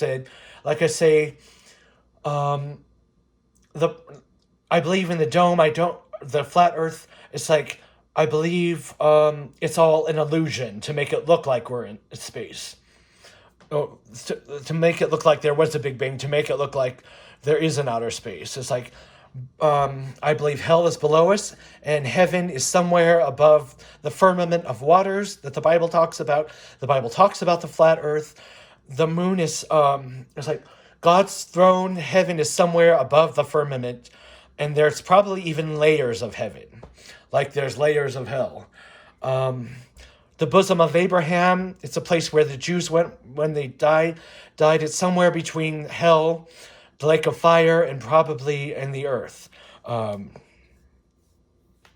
book of Zechariah is an apocryphal book that talks about the bosom of Abraham and how Jesus went there, and how Adam was rescued from the bosom of Abraham.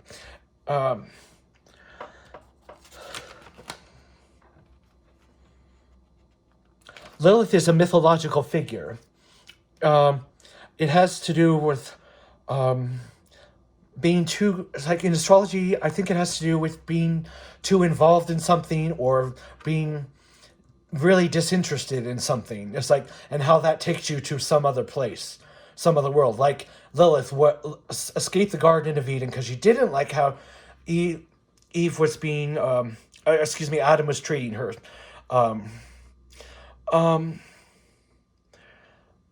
In my researching, I've talked about the penis bone in evolution, where it disappeared. Like in evolution, they claim the penis bone, and there's a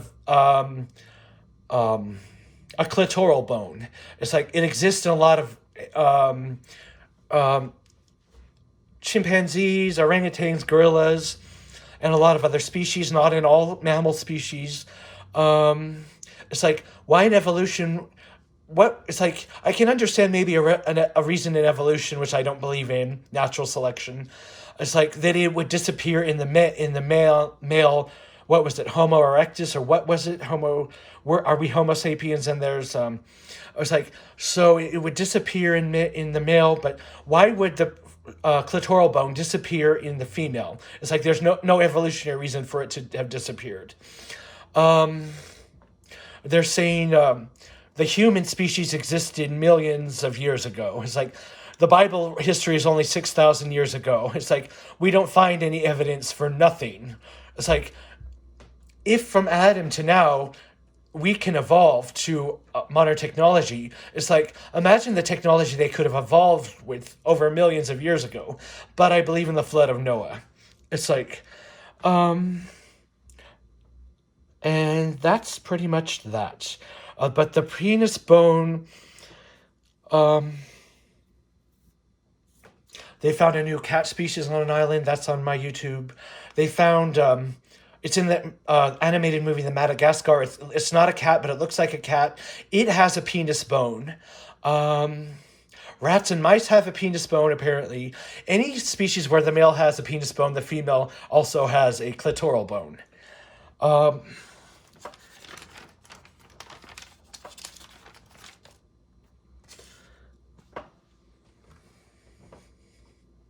It's like, so other than TSL, who have I been being nosy about in their birth chart? Well, I looked at some Gymshark members' rising signs, because I think Gymshark athlete models are really special. One of them I looked at was he was a Leo. The other person I looked at, he has a lot of Capricorn like me. He has most of his planets in Capricorn. I don't know what time he was born, of course, because that's personal stuff. It's like, I'm only revealing my birth time. It's like, but I can guess, it's like, based on how he appears, that his rising sign is probably Capricorn also. It's like, because you can see all those Capricorn planets in him, personally, when you look at him. It's like, I don't know where his point of I don't know where his point of spirit, where his point of fortune, where his vertex is, because those are time dependent. You have to know the time you were born to know them. It's like, but I do know his Priapus. God is in Pisces, which is actually Aquarius, if you back it up 30 degrees. So it's like his Priapus is my partner. It's like, is probably on his south node. And what is on his north node? His north node is on my rising sign. It's on my Leo the Lion. It's like, but what is, he has an asteroid that has to do with environmentalism and appreciating nature, and he is a cinematographer in a way, because a lot of his videos are about nature. It's like, it's right there on my Leo. His Lilith moon is right there next to my Leo rising sign, my person.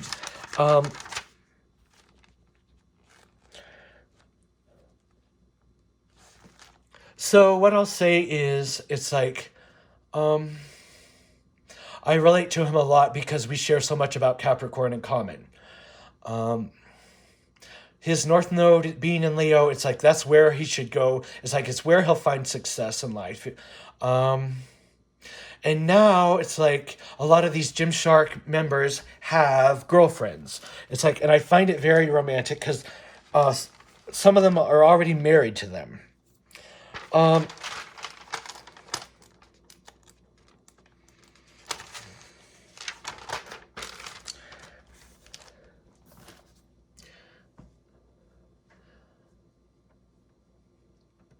It's like, his Venus is in Aquarius.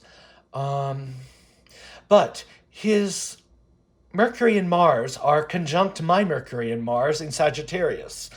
It's like, and I have a lot of fire energy in my birth chart. It's like, my sun might be in Capricorn, which is an earth energy, but most of my energy is in fire.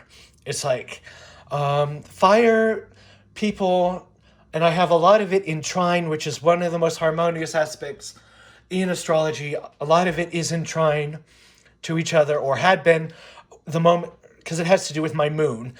in my first house with my person. It's like all that energy. It's like it took me 8 hours to be born. It's like I was in labor for 8 hours.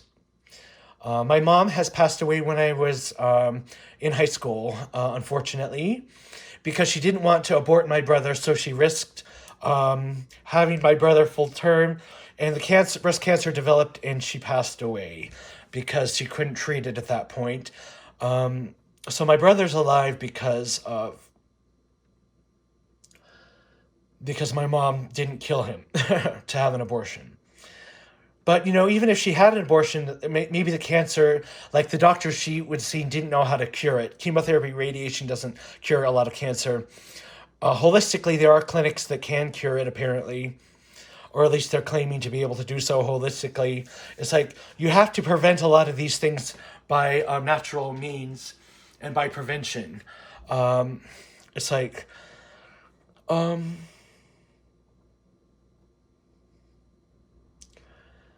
It's like, and this bodybuilder models, all of his planets are direct. He has no retrograde planets, other than his Venus is retrograde. A lot of the asteroids are not retrograde because the ones that are retrograde in your birth chart are probably comets that have died. You can look and see on your chart where all of these asteroids are. And if they're retrograde, I'm sure it means something. It means their energy is blocked. Their energy is not manifested as easily. I think my Priapus, which isn't a real physical body, I think it's retrograde though.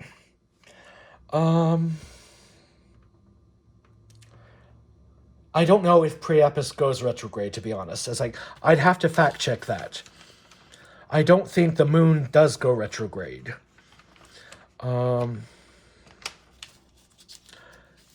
so I don't think anyone's Priapus or Lilith moon is ever retrograde. And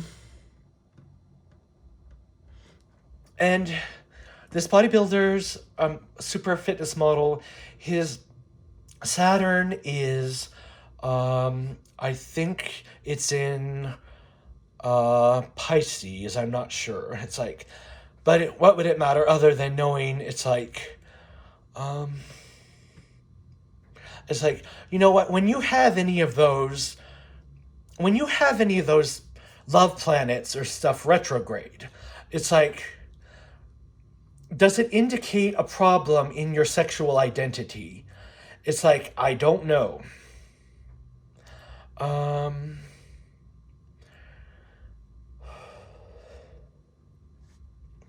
But that's something for people to look into if they want. I don't have the time. I don't have the time to, like, in my own mind, prove all of these things scientifically.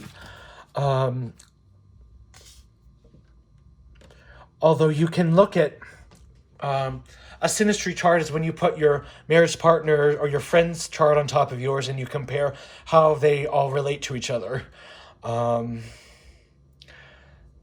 A predictive chart is when you look at where the planets are now as they compare to where they were when you were born.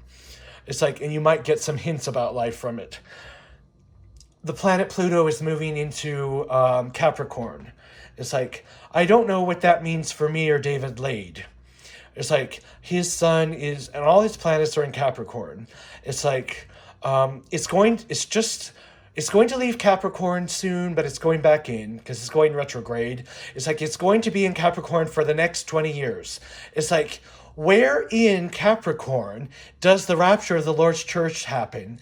When does the 7-year Great Tribulation start? When Pluto asks you to ask yourself, what is important in your life? It's like stick to the important parts and abandon what you can't use or you don't need. It's like Pluto asks us,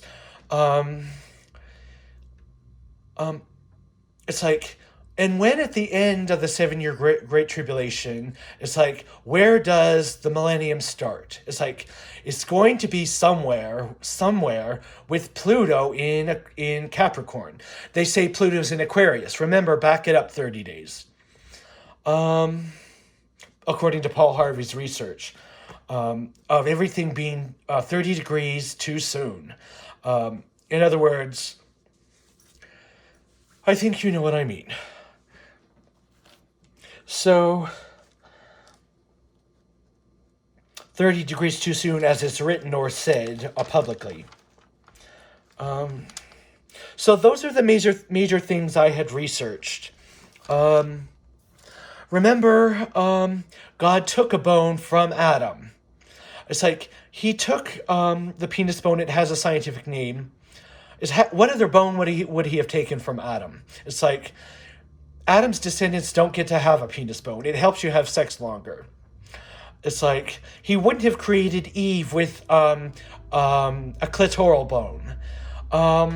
Because it's not necessary in nature. It's like it has no biological function in a woman, although animals have it. It's like, why would he make his crowning achievement, creation, the woman, to be less than perfect? It's like he wouldn't put non-necessary. God doesn't put non-necessary things in a man. He certainly wouldn't put them in non-necessary things in a woman. It's like, if you study the penile bone, it's like in some animals it doesn't look very pretty. But in other animals, it's very elegant. And if you look at the penis bone, it's like, well, are you really looking at the figure of a woman? It's like, are you looking, was it the raccoon penis bone? It's like, it looks a lot like a woman. And a clitoral bone is really shaped like a clitoris. It doesn't look like a penis bone. Although when you look it up on Google search, it's hard to get information on what it looks like. In some monkey species, it's missing. It's like, a Google search will tell you exactly what it is, or you can check them out my Instagram. You can check my Instagram page, Jared Routson, one word lowercase, for the unpublished poems of T.S. Eliot that I'm going to read onto it. There's a song that Andrew Lloyd Webber sung, Jellicle Cats for Jellicle Dogs, that I just read onto, or I just played his music to Cats in Hollywood. So now, Andrew Lloyd Webber has his own cat from that poem on my YouTube channel playlist. That cat is whatever the name of the cat was from The Croods. The Croods is, I think, the same company that did Shrek. I'm not sure, but it's not Disney. So that saber-tooth tiger is now an Andrew Lloyd Webber's cat, if he wants it to be. It's like, help Andrew Lloyd Webber make the music of the night. It's like, find out who these other Cats musical contributors are in Hollywood, and let's give them a name. There's about the Puss in Boots franchise, the Shrek franchise. They just had a movie, Shrek's The Last Wish or whatever. That was this year. You had Avatar 2. It was stunning. It's like they're going to make more in the series because it did really well at the box office. And anyway, it's a great idea. That's a T.S. Eliot poem also. It's like, then Disney's working on a bunch of movies. The Little Mermaid. It's working on Robin Hood. It's working on the Aristocats. It's like, we're going to get more cats soon. If we can survive the collapse of America, however that's going to be played out, we don't know. What's going to first happen before America is attacked or destroyed is probably going to be the rapture of the Lord's church into heaven. I don't know.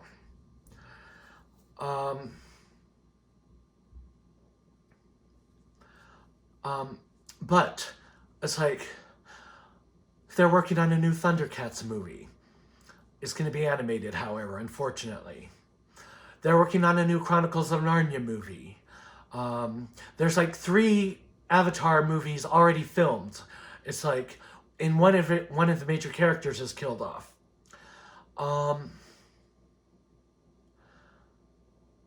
I don't know what other cat movies they're working on, but since I finished the Cats franchise last year, it's like I've discovered a lot of new movies that have cats in them.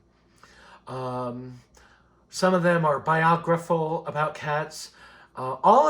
Anything I'm talking about though is already on my Jared Routson's Cats or my Cats playlist on YouTube.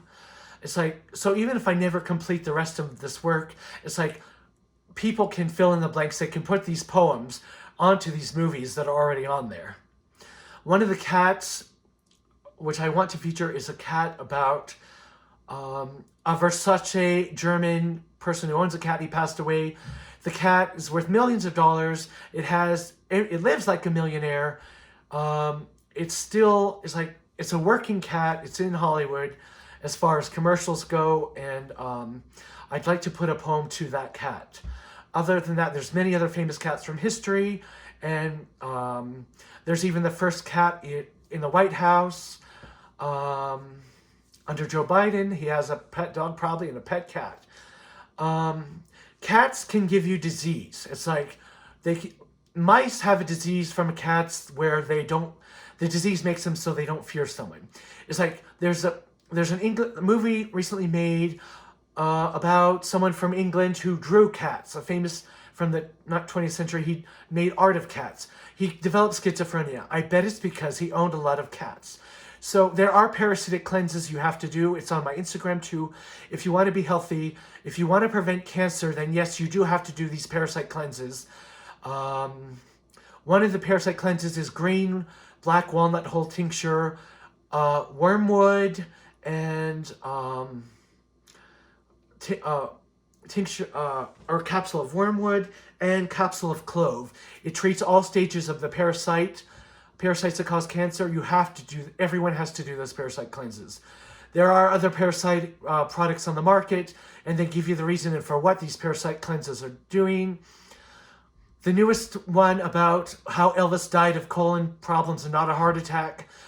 It's a New York doctor. She can treat your irritable bowel, your constipation, your diarrhea, anything about your colon by doing these cleanses, which includes parasite cleanses in a product which is on my Instagram page. It's a new one. I can't tell you what it is. And there are other parasitic cleanses of herbs you can buy. All of them on my Instagram page. Okay, so the fact that I have a comprehensive alternative health food store and theme park all rolled into one, like Dolly Parton has her own theme park. Paris Hilton says we can change the names of these cats. She's a cat in my pantheon of cats. On my 7-hour audiobook about the naming of cats, which is on my YouTube channel playlist. You can go to my uploads playlist to watch all of my videos that I've had something to do with, or my Jared Routson's Cats playlist to watch my 7-hour audiobook on the naming of cats. It doesn't have any video in it. It's just me talking. But really, I need to publish these 3 names, and all the people I've discovered to be Jellicle cats who are real people. And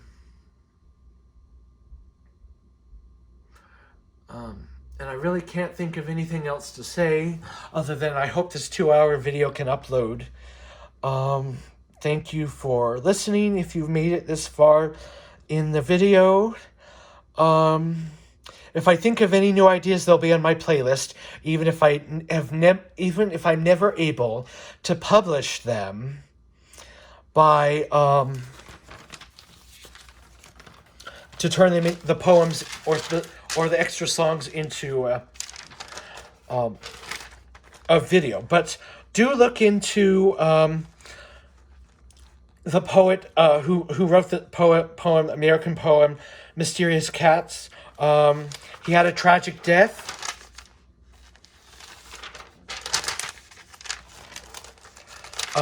And what is it? Hold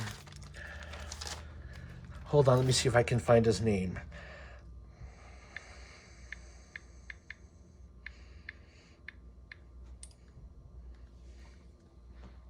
It's like, but that bodybuilder, all of his planets, except for Venus, are direct. They're not retrograde. It's like, I don't know if his moon is void of course or not, because I don't know what time he was born. It's like, but he's a goat. If you look at him, he's a goat. His body is that of a goat. Now, Scorpio might not really be a scorpion. He might be an eagle. Scorpio might be an eagle. He's, a lot of people who are Libras say they're Scorpio. No, they're not Scorpios. They're Libra. They're an air cardinal sign and masculine. Scorpio is feminine, fixed in water. It's an eagle. It's like the goat is probably not really a goat more than it is a mermaid, maybe with a goat's head. But it shows you in all the pictures a fish's tail. It's like, I think I know a female Capricorn, and we're talking about transformative energy they have. It's like a cardinal earth sign, feminine.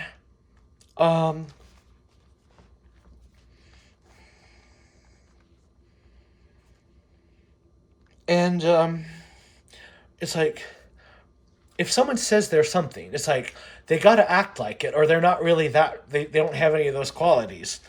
It's like all of his planets are right there in Capricorn, all of them except for so his Pluto, I think, is in Libra.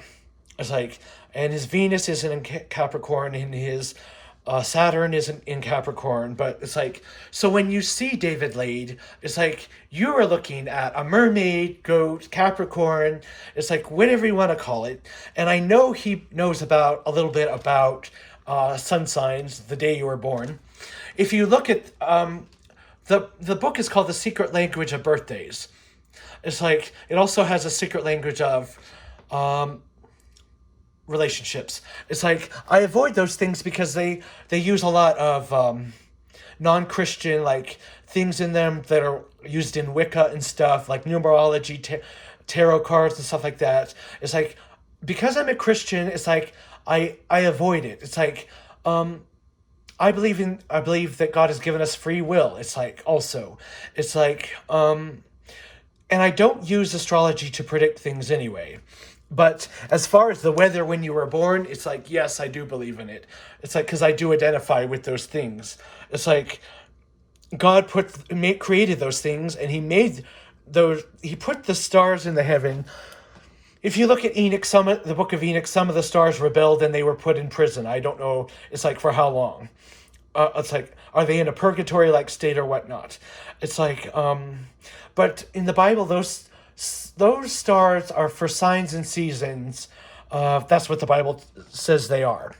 Well, they really are. And it's like, even in Judaism, it's like their feast days are based on the moon. The day is the moon. It's like the day isn't during their days. The Sabbath day is during the night on Saturday. I don't know if that's Friday night or Saturday night. I don't know when the Sabbath day starts in Judaism. But it's not the Catholic pagan Sunday that the Catholic Church has instituted. The Sabbath day really isn't on Sunday during the day. It's on Saturday, whatever the Saturday night is. Oh, that's a mouthful, but it's really not that complicated. It's like, whatever planet is on the direct degree of your axis when you were born, it's going to reflect in your person. It's like, my moon is in my first house, but it isn't directly on the axis, so it's not as powerful. in my on how I look, act, or feel, but it is in my first house. So to me, David Lade was probably his rising sign probably is Capricorn, because when I look at him, I see all the planets. It's like that they say, it's like, or maybe it's in Sagittarius. It's like, which is the Centaur. It's like, because his Mercury and Mars, it's like, are also in Sagittarius where mine are. It's like, that's masculine, fire, and mutable.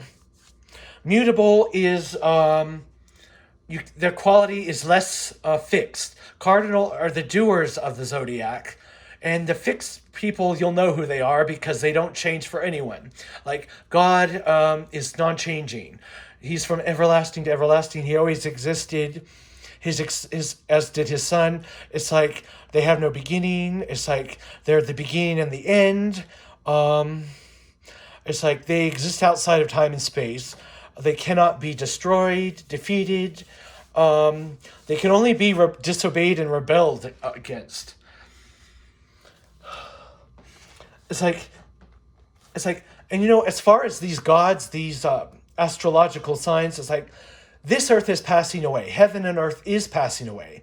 It's like all of those things are like they have no. It's like other than what God saves in heaven, it's like everything that's going to pass away, including the sun, the moon, the stars. It's like during the millennium, God is going to be the light in the New Jerusalem. They won't need a candle. So does that mean there's no sun and moon? It's like, I don't know. There'll probably be a sun and moon. It's like at the end of the millennium when there's a new heaven and a new earth created, I don't know if the planets are even going to still exist. It's like, or if heaven is even going to be on the earth anymore. Is it going to be in some other place outside of this creation completely? It's like at the edge of creation, it's like the edge of outer space, what do you find? Nothing. In the Big Bang Theory, there's nothing. It keeps going indefinitely. Space keeps going. It wraps around maybe as a bubble. But it's like, what do you find in the edge of the Big Dome? Probably a chord of music. Some kind of energy that keeps the space sustained, keeps time and space sustained. Something musical probably outside of the dome. It's like, because I can't see space going on forever anyway. I think space is actually contained within a chord of music. A chord of energy, a chord of music. Look into string theory. String theory, it's a book. The formulas of string theory were discovered last century in an old book somehow. String theory, it's a particle that's not electron, neutron, or it's like a particle that's found in everything, supposedly. It's a vibration, and it might describe something about the flat earth, in my estimation. I learned that the Greeks, all the Greek philosophers and stuff, got their knowledge from Africans. I believe God is black. I believe Abraham's descendants being in slavery for 4 years was not talking about Egypt. It was talking about America, and America is about to be destroyed, and their 400 years of slavery ended a few years ago anyway, if you calculate when the slavery started in America. Adam and Eve was black, Jesus is black, the Jews were black, Noah, Shem, Ham, Japheth, his sons, Shem, Ham, Japheth, were black. The races came, I believe, during Nimrod, who was probably a Nephilim, a fallen giant. Giants existed in the days of David and Goliath, so the flood didn't destroy them. They survived. The Jews were forced to kill the giants. They weren't completely successful. I don't know whether their alien DNA survived the flood or whatever. But Nimrod, paganism started by him, which is what the Catholic Church is based a lot on in their symbology, is paganism, which started with Nimrod. Nimrod, of course, was the builder of the Tower of Babel. The races were confounded at the Tower of Babel, so they weren't just black anymore. I think that's where you get whites. And any other race that existed, I think that's when it happened. Of course, the Tower of Babel happened shortly after the flood of Noah. And that's where their language has changed. Adam, in apocryphal book, gave up 80 years of his life to be so that the Jewish nation could live, so that it would have the Jewish nation would be a nation. After King David, the black Jews passed away. It's like in God's chronology. In the Bible, God says He was going to give Judaism, the nation of the Jews, to a new people. Well, that's the people from Europe who remain Jews. It's like I'm sure Moses was black. They don't know the origins of Egypt, whether they were black or white in Egypt. It's like, but how wouldn't Moses have stood out in Pharaoh's court if he was black and the Egyptians were Arabic looking or white? It's like I believe Adam developed the languages that were given to man. I believe Adam developed all the languages. I don't know if he spoke Hebrew. I don't know what language Adam spoke. But Adam and Eve might have very well looked like giants in apocryphal books. They were very tall and big in those apocryphal books. It's like humanity has shrunk. It's like we don't live to be 1,000 years old anymore. It's like Abraham might have lived 120 years. The pharaohs before him might have lived 400 years or whatever. Noah lived a long time, 700 years. It's like eventually people started living less and less. But it wouldn't surprise me that those the builders of Egypt and whatnot, that they did live to be 700 years or 400 years or whatever. It wouldn't surprise me if if aliens had like influenced them, or if they were even related to aliens.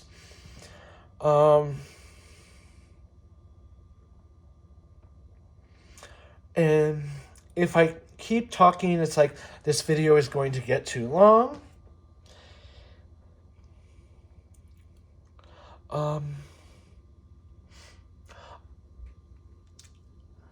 I just want to say, people who apply for Social Security for any reason, it's like there's a lot of rules you have to follow to collect Social Security. Unless you can find a psychiatric doctor that says you have depression, it's like, and or some other mental illness, it's like, and is an independent doctor and doesn't make you to take those harmful medications. It's like you should never be forced to use medication. But that's what the government is doing for most doctors, is making doctors prescribe that medication before you can collect Social Security. Social Security is a class action lawsuit. Everyone is entitled to it, in my opinion. It's like there's no reason for you to be homeless. It's like I found an independent doctor, and it's not an independent doctor, but an independent psychiatrist. She's not a psychiatrist, she's a nurse practitioner. It's like her philosophy is that those psychiatric medications are overprescribed in too high of doses. It's like she's someone I can work with. It's like you should never be forced to take a drug to collect Social Security. You have to find an independent doctor who feels that way and who will work with you and will see you, because you have to be seeing a doctor to collect Social Security. Social Security is only $1,000. Disabled people deserve more than that. If you retire at age 72, you collect more like $3,000 or $4,000, and that's what people deserve. So I just want to mention about that. It's like there's no reason you should be homeless. It's like if you're homeless, like, were you misfired from your job? It's like, are you depressed about the way other people are treating you? It's like, you deserve Social Security. And there are 100 reasons why people should be getting paid Social Security. Whether through the negligence of others in our society, products that have hurt people, being misfired from your job, being lied to by the government. You can find a way to earn your money. It's like also if you get paid Social Security, whether through social media or class action lawsuits. It's like there's a reason for you to be getting $1,000. It's like more like $2,000. It's like if you can find If you have a free phone program, if you get food stamps, if you can find subsidized housing, which is really hard to find, which pays 30% of your rent, it's like it's like there is no reason for anyone to be homeless. And that's all I want to say. And there are too many homeless people in reality. Why are there too many homeless people? It's like they need to be getting their benefit. It's like no holds bar. It's like there's no reason why any of those people shouldn't be getting their social security money.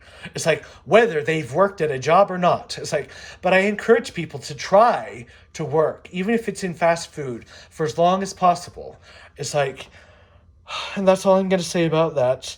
And so I do have a political view on those things. Um,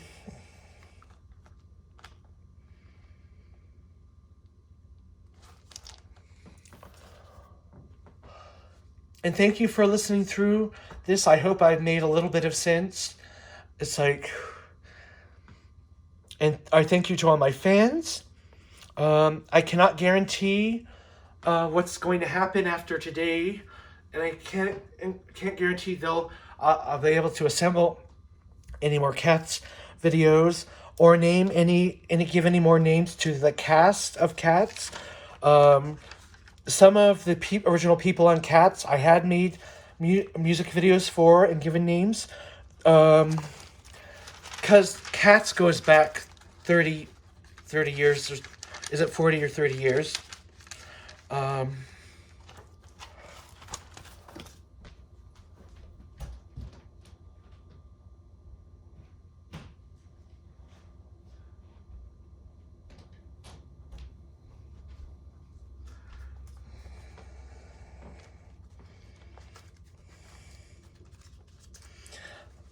I will say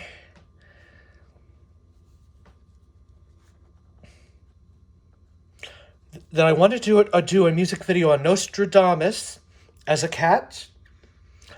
What his junkyard name, what his place name is that T.S. Eliot would have given him, I don't know. But the person is Nostradamus. The cat is probably a cat from Hercules, filmed by Dwayne Johnson, and we know Dwayne Johnson is a pollical dog. I was thinking the movie, or the music for that was probably the song from The Hobbit by Peter Jackson. It's like where they sing those hobbits sing that little song. It's like so there's one music video.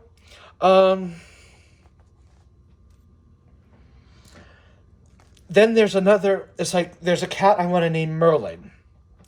And there's a real person. There's a person placing a thing. So Merlin is a real contributor on... At first I thought, name him after one of a bodybuilder named Joe. It's like, because that bodybuilder was pretty fine, if you ask me. It's like... And he's on social media. However, if you go to YouTube, let me look it up.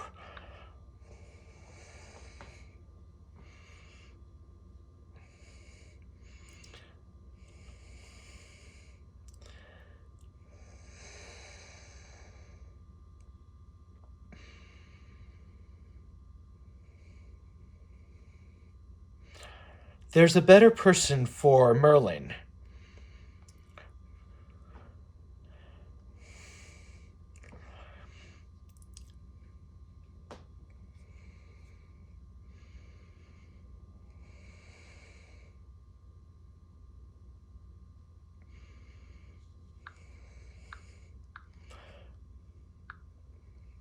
I put him on my Instagram page. I'm having problems finding him. He's a contributor on YouTube.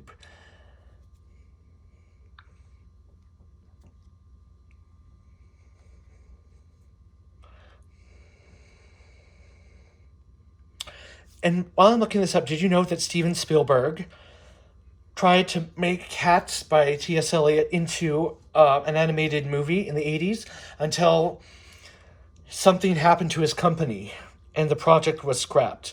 It's like T.S. Eliot didn't even want his book, Old Possible Book of Practical Cats, being given to Disney. Okay.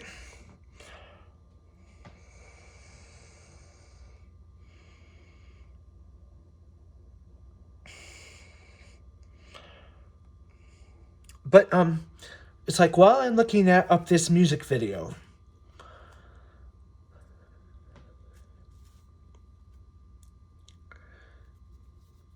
I wanted Merlin to be the Snow Lion in Kung Fu Panda with Jack Black.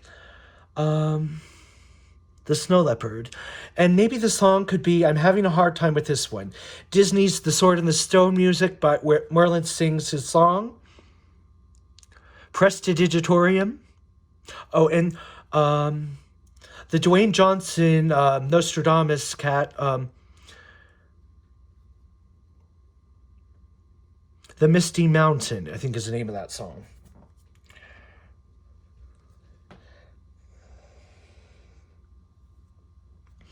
I did put the love song of J. Alfred Prufrock, or no, the poem Rhapsody on a Windy Night, or was it Portrait of a Lady? It's one of those poems.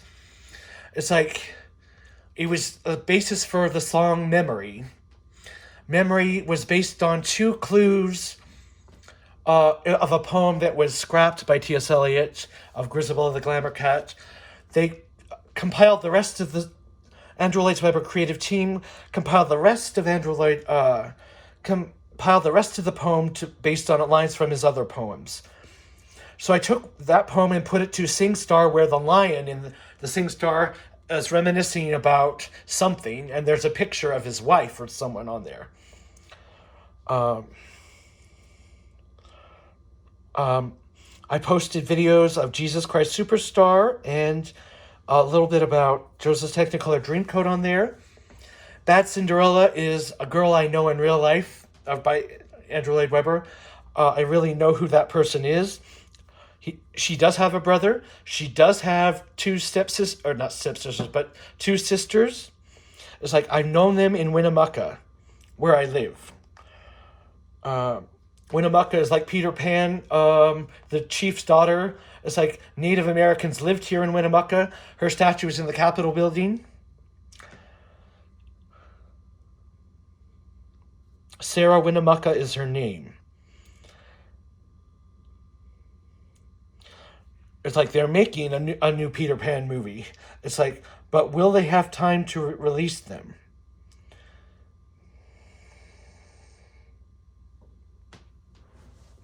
It's like, before America is destroyed and before the 7-year Great Tribulation happens in the mark of the beast, it's like, and the rapture of the Lord's church into heaven.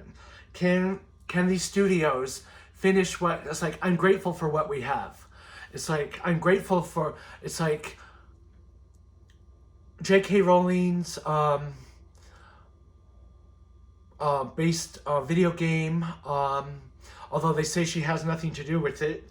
The video game Hogwarts Legacy, it had been released. It's like, we're not really waiting on anything. Bingo. I found it. It's like, the Cats franchise isn't really waiting on anything. There's a movie about a homeless guy in England, I'm sorry, I don't know the name, or some homeless guy who is like, his life was saved by a cat. It's like, if you look through the notes on my playlist, you might find that cats have saved people. It's like, they can cure people with the frequency of their purr. They can heal their muscles. They can help women in menopause. They can help. I posted it on my Instagram, a list of things that their purrs can help, and they might be guardians of the spirit realm in a way, because the Egyptians worship them as such. So Merlin his YouTube channel is The Mythology Guy. I don't know what his real name is, but it spells capital T and lowercase the, capital M and mythology, mythology. It's a the space mythology space guy, capital G, lowercase uy, and it's 922,000 subscribers. It's like,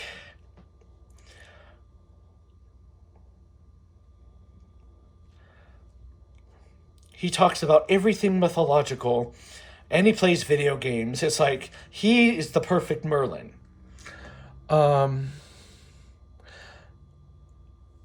Anyway, if anyone can think of a better song for Merlin, that would be great.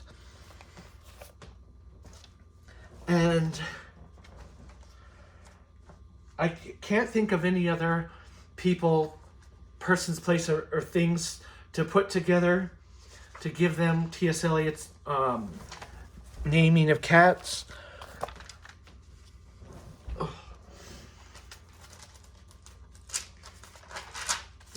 But if you do a Wikipedia search, on my Instagram there is the poems from Cats Wiki. It's actually named something that has all the poems that were never published about cats.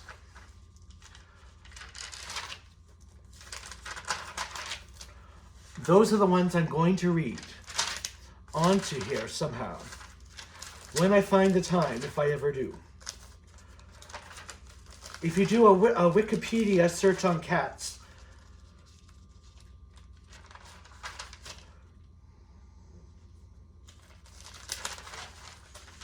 it will give you all of the actors and anyone who's and the technicians and anyone who had anything to do with cats. It's like, and they all need a cat in Hollywood to go with them, especially at least the originators of it, and maybe some of the people who've sung it.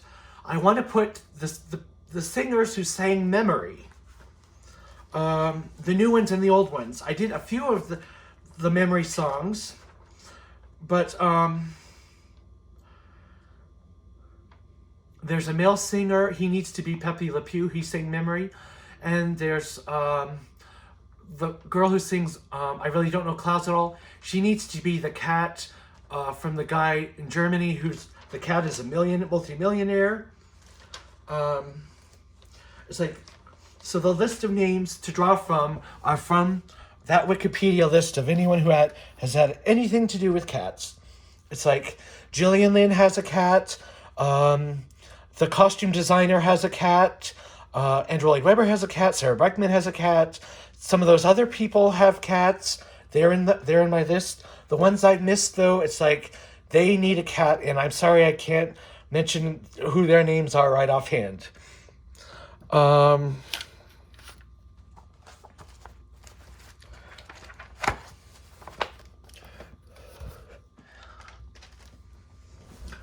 It's like, there's two people, Tim Rice and someone else. I think they have a cat, but if they don't, they need one. The guy who edited the poems of T.S. Eliot for Andrew Lloyd Webber, I forget his name, but I'm sure I gave him a cat name already. Now we just need to find a cat in Hollywood for them. It's like, and now that I've done the research, that playlist has dozens of cats that I didn't even realize existed before. Cats is played in just about every country, and it's been translated into many languages.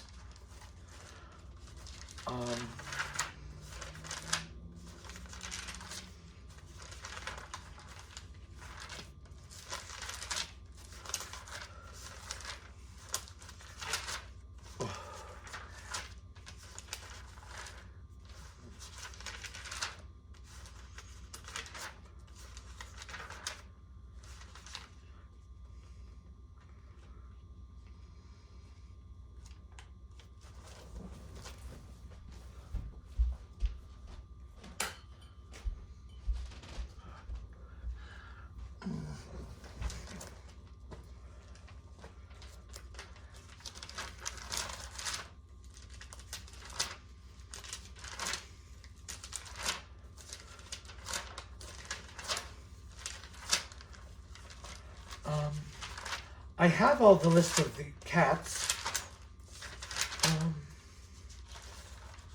in my notes, here in my notebook that I'm thumbing through, three of the songs of Andrew Lloyd Webber's Cats were rewritten. It's like musically rewritten, or expanded, or it's like. Then you've got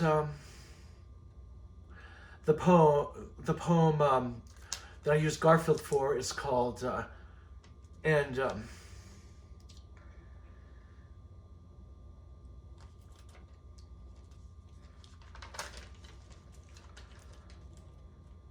Cat Morgan introduces himself. T.S. Eliot does read that one. Andrew Lloyd Webber wrote a song for it. It was cut out. The word chinks was cut out of a poem because it was racist about Chinese. It's like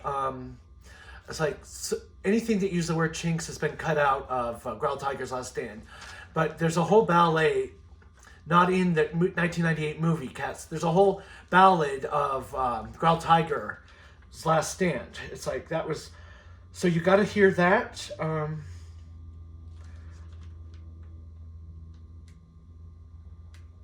I read T.S. Eliot's poem about cows. I read his poem about hippopotamuses. Or someone did. It's on my YouTube channel. Or at least the one about hippopotamuses they cut because someone else is reading the hippopotamus poem. It's the movie to that you'll know when you see it, but they cut it and another poem was attached to it. That was cut along with it, I guess. Nothing I can do about that. Gloria Estefan is a cat now.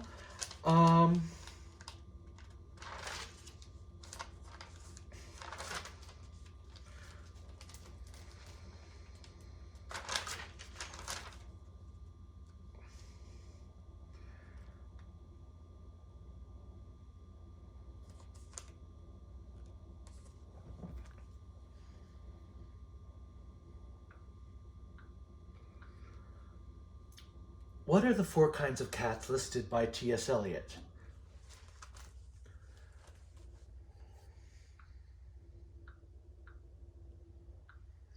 What are the 4 kinds of cats listed by T.S. Eliot?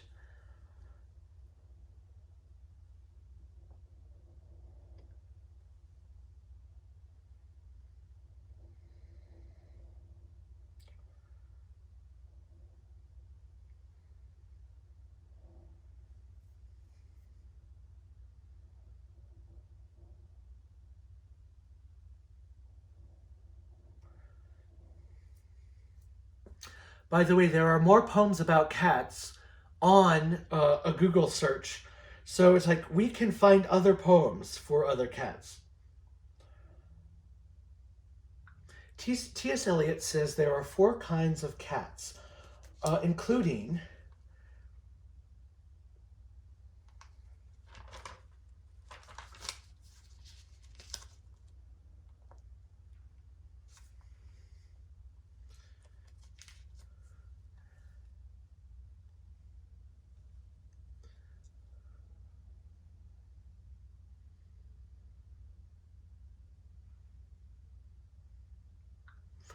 there are 4 kinds of cats in T.S. Eliot's mythology. One of them is a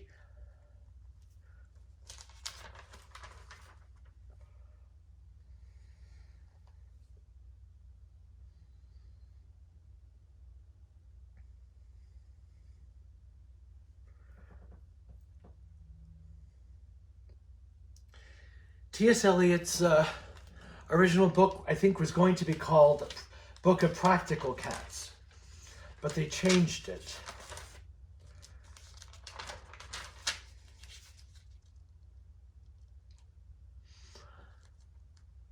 There was some of these poems from his book they were all developed in the 1930s. I think before Snow White became a movie. T.S. Eliot has famous quotations. It's on my Instagram or my YouTube channel playlist.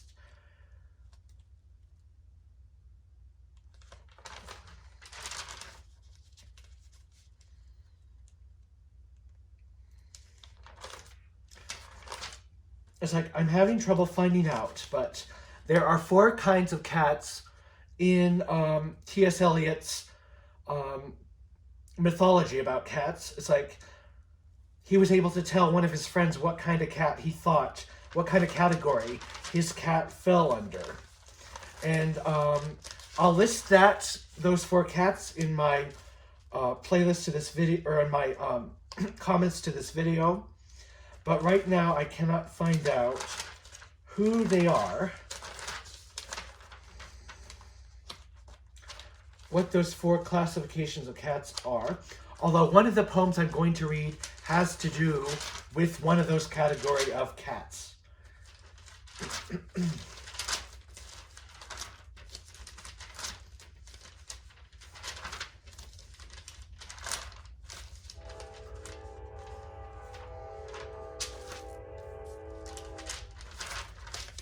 And I'm very sorry that I can't just pull it up.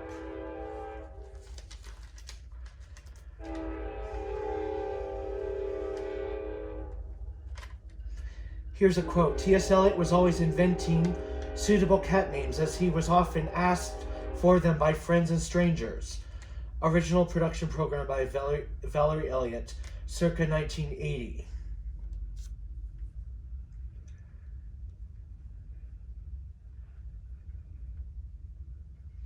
So far in my experience, there are chiefly 4 kinds of cat. The old Gumby cat, the practical cat, the porpentine cat, and the big Bravo cat. I suspect yours is a Bravo cat, by the look of things. T.S. Eliot, letter to Polly Tandy, August 4th, 1934.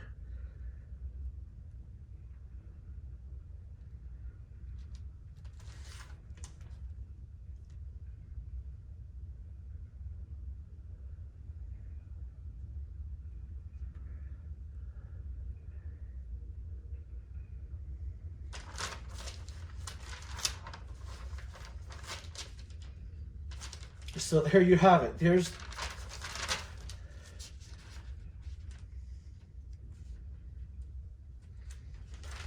Jenny Anydots is an old Gumby cat. The poem the poem that I'm going to read is about a practical cat. I don't know what a porpentine cat is, and I don't know what a big Bravo cat is.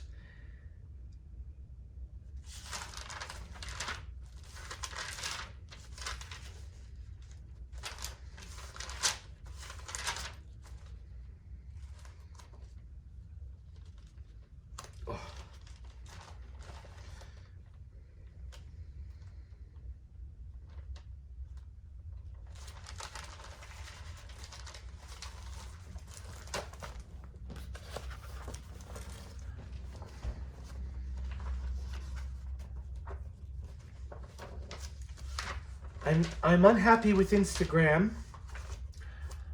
Free speech on social media isn't allowed, I found out. It's like, or else you get a write-up. My YouTube channel already has 1 strike. 3 strikes and you're out.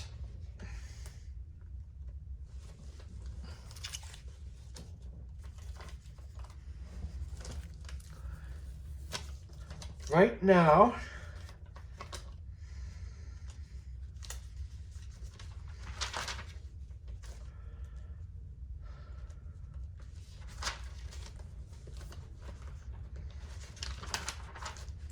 it's like,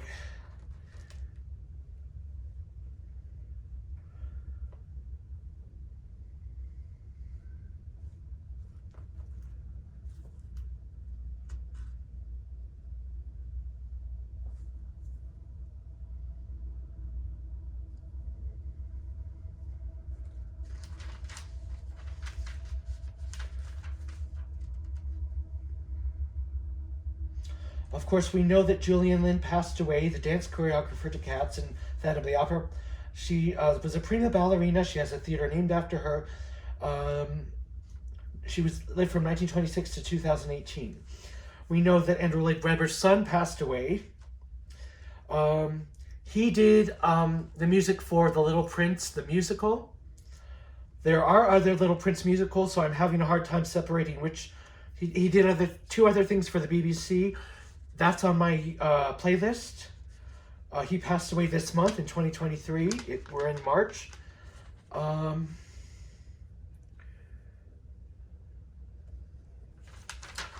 I'm trying to do now is find my poem so I can read it.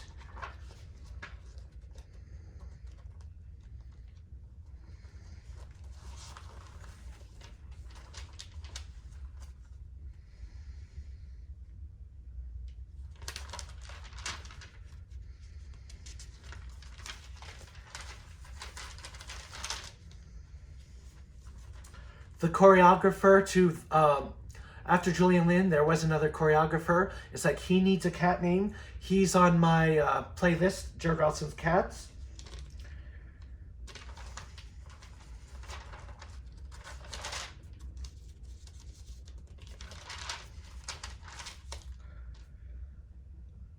Composer Joe Raposo said of family musicals in 1986, Cats is a wonderful proof of what an audience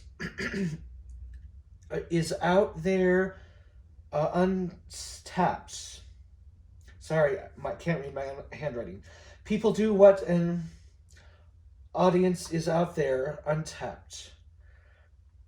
People do want a theatrical experience for their children. Here's another quote. This is how they divide history. BC, before Cats, and AD, Andrew Dominant. That quote is by Mark Stein on the history of musical theater.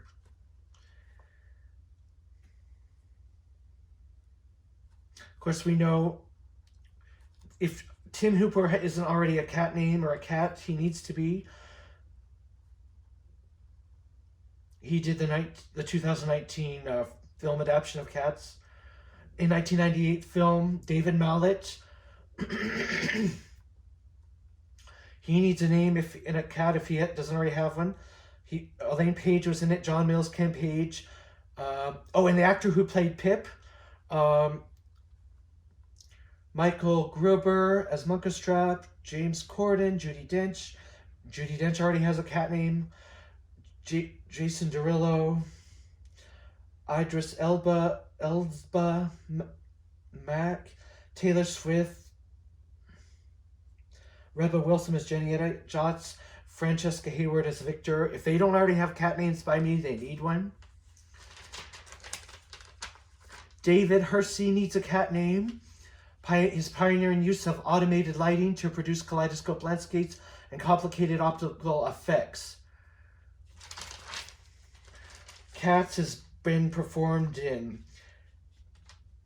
the Royal Caribbean International Cruise Ship, Oasis of the Seas, South Africa, Brazil, Spanish and Portugal, Korean, Asia, or in the Korean language, Melbourne, Australia, Europe, the Netherlands and Belgium, Moscow, Sweden,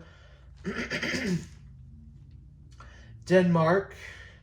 Production by a French theater, Paris, the Netherlands, Sweden, Norwegian, Tamas Zertis, and choreographed by Laszlo Serigi. This is all on Wikipedia. Tamas Zergis, okay, European, Budapest, Hungary, Vienna, Japan, UK 2016, UK 2013.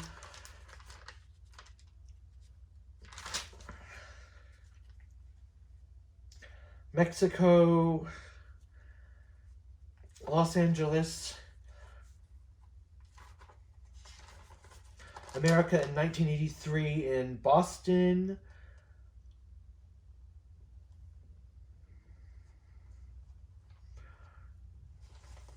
What hasn't played in the West End has played and brought in America. Cats almost never happened.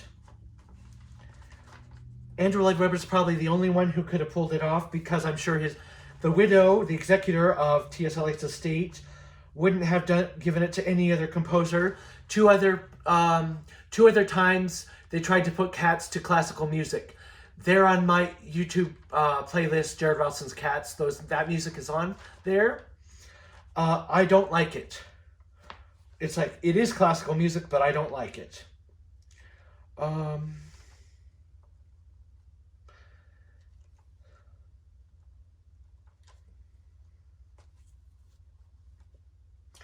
Sarah Brightman performed in the video I Lost My Heart to a Starship Trooper. That group is called, the group that did that is called, now I forget the name of the group. But that was a popular British pop group. It's like, when Valerie Elliott, or who was the executor of T.S. Eliot's estate? Okay, so when Andrew Lloyd Webber approached Valerie Elliott, Valerie told T.S. Eliot told Andrew Lloyd Webber that Disney had tried to buy the rights to Old Possum's Book of Practical Cats.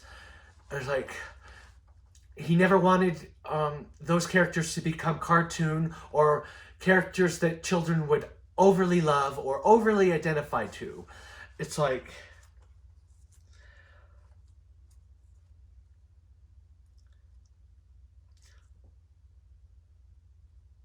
and so Andrew Lloyd Webber said, well, I see them as being more of this group, which Sarah Brightman performed with.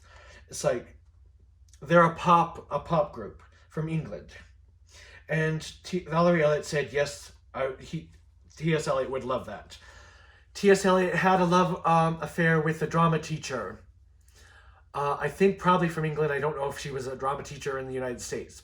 Thank goodness it didn't work out, or else he wouldn't have become a poet. It's like, his first marriage, he refused because of his Anglican religious beliefs of the Church of England. He didn't want to get divorced to her. It's like, she had mental issues or nervous disorders, as did T.S. Eliot perhaps, but hers were bad, and for some reason her family threw her in a mental institution, which probably was wrong. I believe mental institutions are abusive. They force people to take those terrible side effect drug medications. Even in the United States, there still are those institutions. They need to be closed. Those people need to be liberated.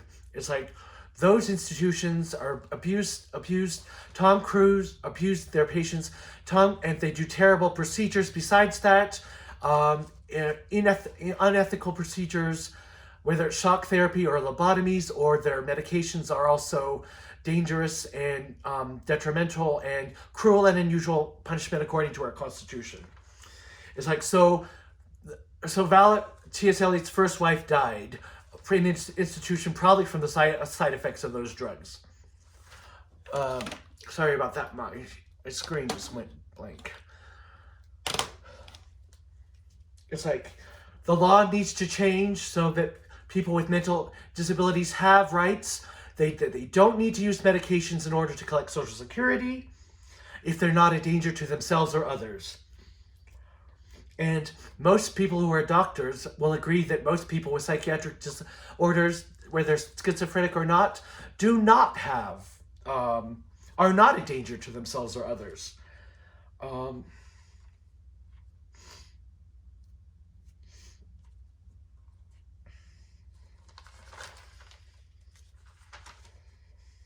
It's like, so unfortunately, T.S. Eliot's second marriage didn't work out. His third marriage to Valerie Elliott, it's like, they were truly in love, and it was a dream come true. So, the Jellicoe Ball is only referred to in some of T.S. Eliot's poems. And the Heaviside Layer is only referred to one time by his publisher, and I think in another time in one of his plays or his poems about where people go, like when they die. The Heaviside Layer. So from those clues and from the other poems, Andrew Lloyd Webber's creative team had to piece together the whole plot, how the characters fall into the plot, and Grisabella. They had to piece together Grisabella. T.S. Eliot studied in French, so he knew about ruined French women, ruined French actresses and singers. people who are ruined. That's like what Grisabella would describe. It's like one of the poems of T.S. Eliot describes the yellow fog. It's like tapping at your window pane like a cat. It's like that to me is what happens to a cat after they go to the Heaviside layer. They go into the atmosphere of the Heaviside layer of the Earth's atmosphere.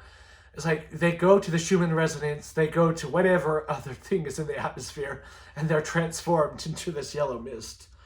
It's like whether they're a pollicle dog or a jellicle cat. Pollicle dog is supposed to be what a child said. Jellicle cat is supposed to be what a child said about a dear little or a dear little dog, dear little cat, or a poor little dog. Other people have had other explanations for it. T.S. Eliot actually might have had his own. In one of the articles on my Instagram, he has one of his own reasons for using those words. So we need to make sure Trevor Nunn, the director, and Richard Stilgoe have a name. Trevor Stilgoe was the lyricist for the song Jellicle Songs for Jellicle Cats.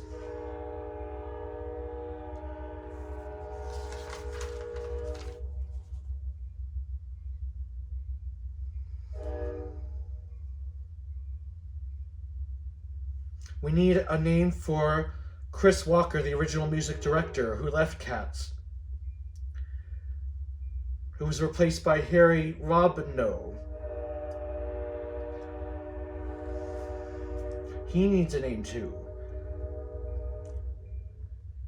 Of course, I gave Elaine Page a name. I gave Judi Dench a name. Myra Sands was replaced her as Jenny Anydots when Judi Dench injured her Achilles tendon. So Myra Sands needs a name. People who have sung, anyone who has sung needs memory in a major way needs a cat name, and a cat in Hollywood. Tim Rice, we need to make sure he has a name. Richard Stilgoe, like I said, did Jellicle Songs for Jellicle Cats.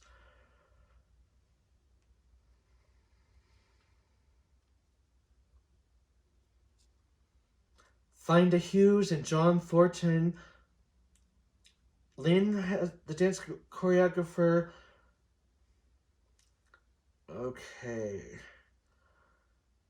Her assistant, Julian Lynn's assistant, Lindsay Doken.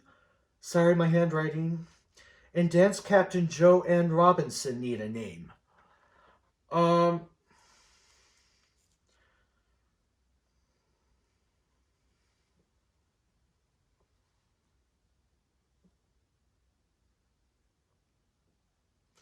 So we got Trevor Nunn. He has a name. I'm sure John Napier has a name.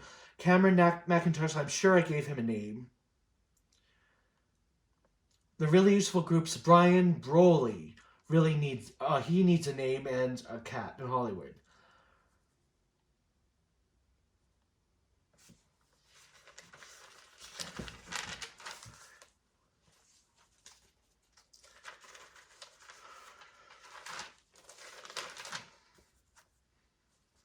Before I run out of film,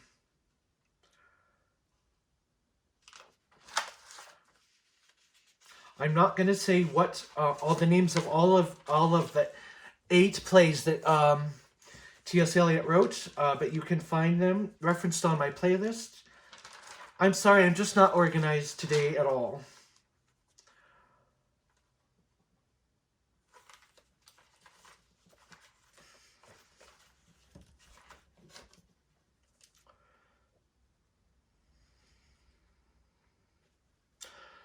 So I want the marching song of the Pollicle Dogs from 1939. I want that poem to be to Snoopy. Letters to Tom Faber, 1931, about the birthday party invitation. It's a poem. I don't know what that one can go to. Maybe maybe the cat, the movie, the new movie about the cat and his owner, how the cat saved the owner, or the Heaviside documentary. Five Fingered Exercises. I want that to be the video on my playlist of Cats in Disney. The story about cats overrunning Disneyland. It's lines to a Yorkshire Terrier is included in there, and references to my dad, which is the cat Al Bag. We need 2 videos for that one. So the cat Al Bag, my dad, that's going to be, it's Five Finger Exercises sung. It's as a song sung by an opera singer. That's on my playlist also. Those 2 need to be assembled. Pollicle Dogs and Jellicle Cats. I want myself, it's like, I already put that song sung by Andrew Lloyd Webber to the dog, that dog with glasses, Sherman and whatever his name is. That video is on there, but it needs to be I need to recite it to the movie Tom and Viv by, it's a biographical movie, Tom and Viv. I think it was made in the 90s. It's like, I want to read that poem to that movie. A Proclamation, 1937. I want that to be one of the Catwoman from either one of the Catwoman, or we'll find another movie for it from Batman, whose name is Clytemnestra, I decided.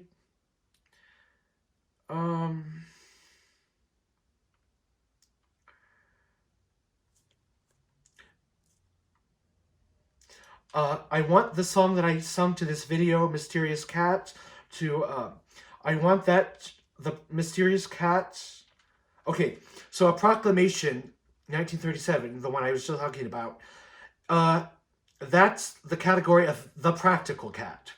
So that's how we know what a practical cat is like. So, so The Mysterious Cat by the American Poet is sung by a voice choir. I want that to be,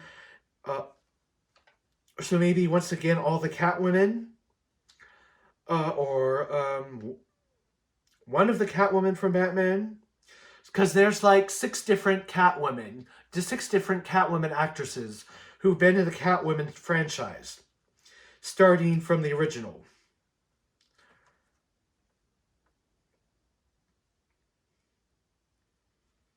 It's like,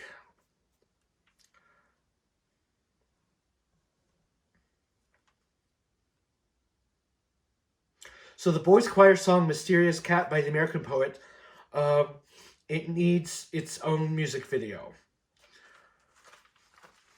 Then you have my poem Cockalorum, which I'm about ready to read. I don't dare edit it or wait any longer.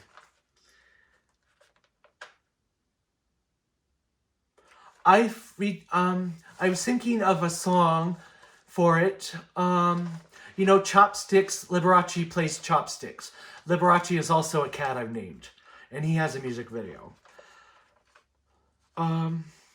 But I was thinking of the piano song for my Cockalorum poem. It goes, dum dum dum dum. It goes, dun dun dun dun dun dun dun dun dun dun dun dun dun dun dun dum dum dum. Da-dum, da-dum, da-dum, dum, dum, dum. Da-dum, da-dum, da-dum, dum, dum. Da-dum, da-dum, da-dum, da-da-dum, da-da-dum, da-da-dum, dum, dum, dum, dum. Da-da, da-da, da-da, dum, dum, dum. Da-da, da-da, da-da, da-da. Da-da, da-da, da-da, da-da. Da-da-da, da-da-da, da-da-da. And that was for the piano.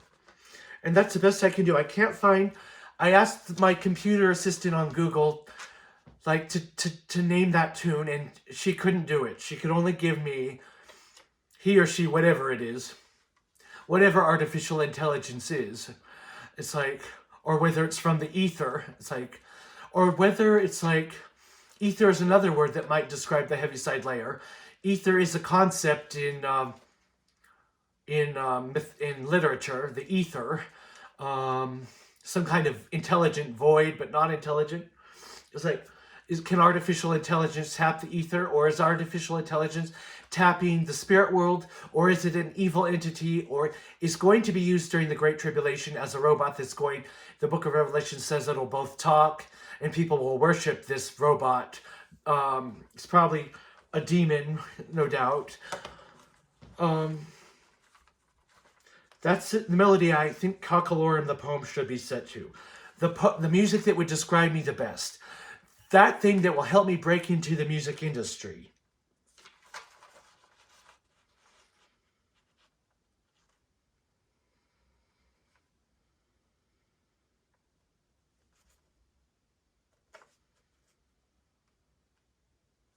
I want, so the only thing missing from the McCavity part of this franchise, McCavity, T.S. Eliot might have been thinking of a mystery character, someone like Moriarty, from Sir Arthur Conan Doyle's Sherlock Holmes. Moriarty. McCavity as Moriarty. Well, you got Star Trek. You got Picard. It's like, Star Trek is part of the Cats franchise, believe it or not. Who do you think William Shatner is? Who do you think Growl Tiger's Last Stand is about?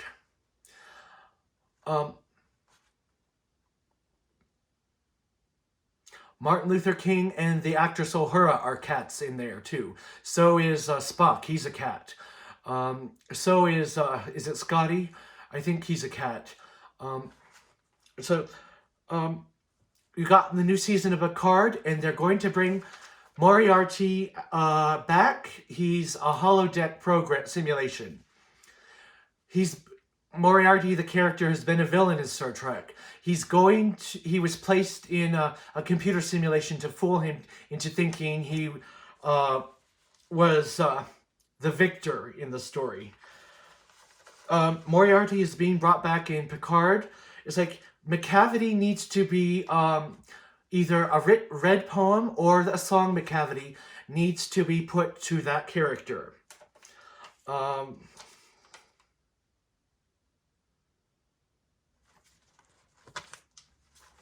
And now, before I run out of time, I'm going to read my poem, Cockalorum,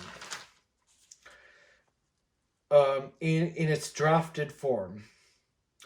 There was an editor who encouraged Eliot to write his poetry in his younger days, and unfortunately, this editor is like this friend of T.S. Eliot, edited out a bunch of lines out of one of his poems. Like, I would have liked to know what those lines are, and I don't know if they can be retrieved.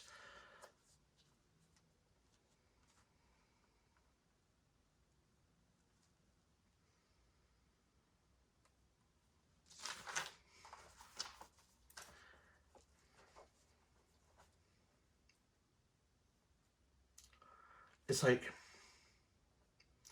like, so if I can take my place in Cats franchise history, it's like, you'll understand who my dad, Ali Beg, is, the cat, one of the cats named by T.S. Eliot. When you read Five Finger Exercises poems,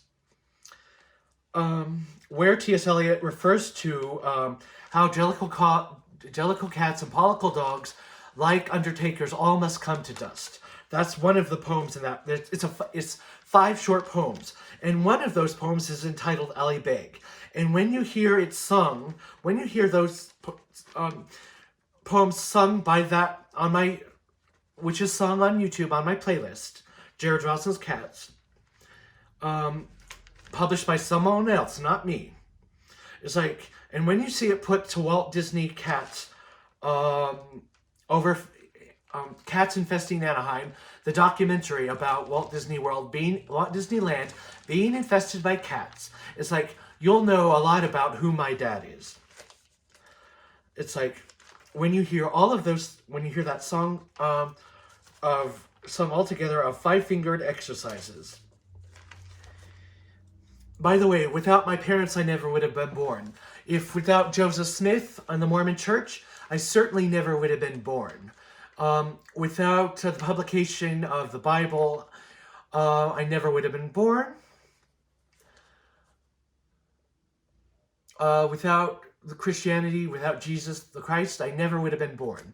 Without the founding of America, I certainly never would have been born. Without the founding fathers and Constitution, I'm sure it wouldn't have happened under British rule. I'm sure Joseph Smith wouldn't have happened under British rule. I know Joseph Smith was visited by fallen angels. I know the Book of Mormon wasn't written by him. It's like he was using a seer stone. He's lying. It's not a Urim and Thummim. A Urim and Thummim was a stone that was one-sided. But what Joseph Smith was doing was divination, not a Urim and Thummim. He was using some kind of a peep stone to come up with the Book of Mormon. And he saw like three separate beings who were not, or two separate beings, God the Father and God the Son, who are not the Trinity, because God the Father does not have a body. It's not a body you can see. He was being visited by Zeus or fallen angels. It's like when Mormons go to the Mormon temple, they're going to Mount Olympus. They're saying that they're going to be gods in the heaven, and they're not going to be gods. They're not going to be remaining married in the next life. They're not going to have spirit children in the next life. Jesus said there's no marriage nor giving in marriage in heaven.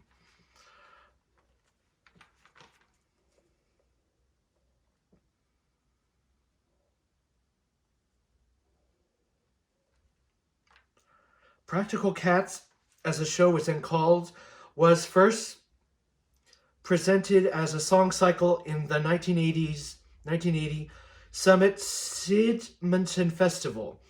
The concert was performed by Gemma Srerin, Gary Bond, and Paul Nicholas, and I suppose they all need cat names.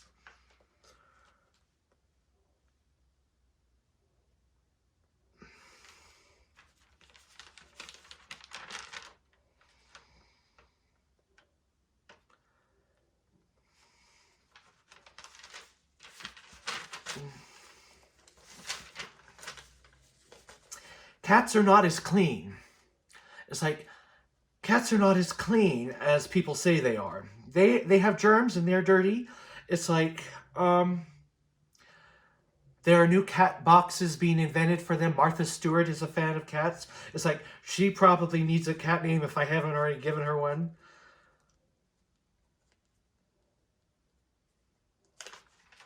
It's like, cats have disease. It's like, animals have special needs and they need to be treated with nutrition. Dr. Wallach's pig arthritis formula is like they need their pets needs their trace minerals too.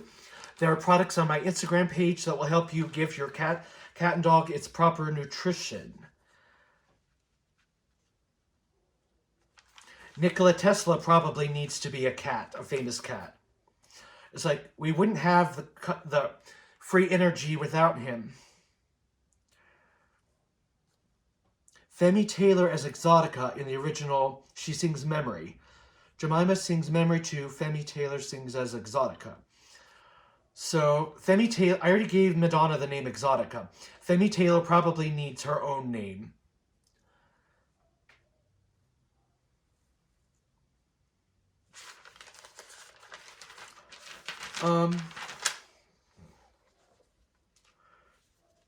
Okay, the name of Murad Ali. The full name by T.S. Eliot is Mizra Murad Ali Beg.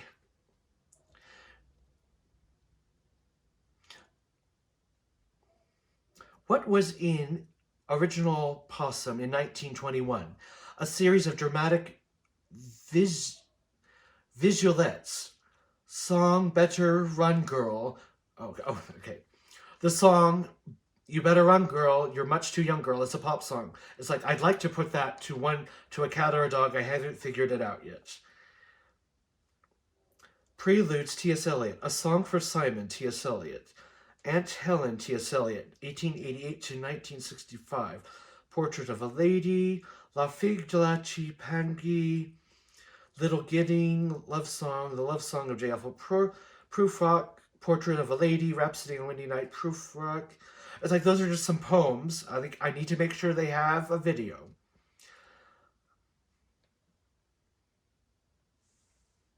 Audio recording made by the British Council in Springs at 1957 by Colin Taylor. In 1945, Edward Arnold and Company tried to do Macavity the Mystery Cat to music.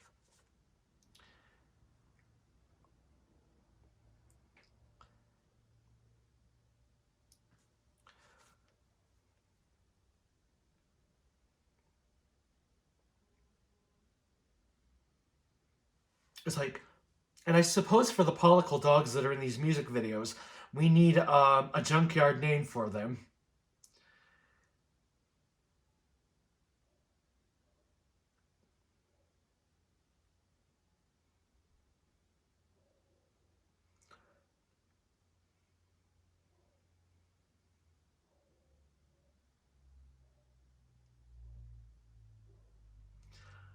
The practical cat is a lily cat, Hub Soli. Its name is Jelly Lorem.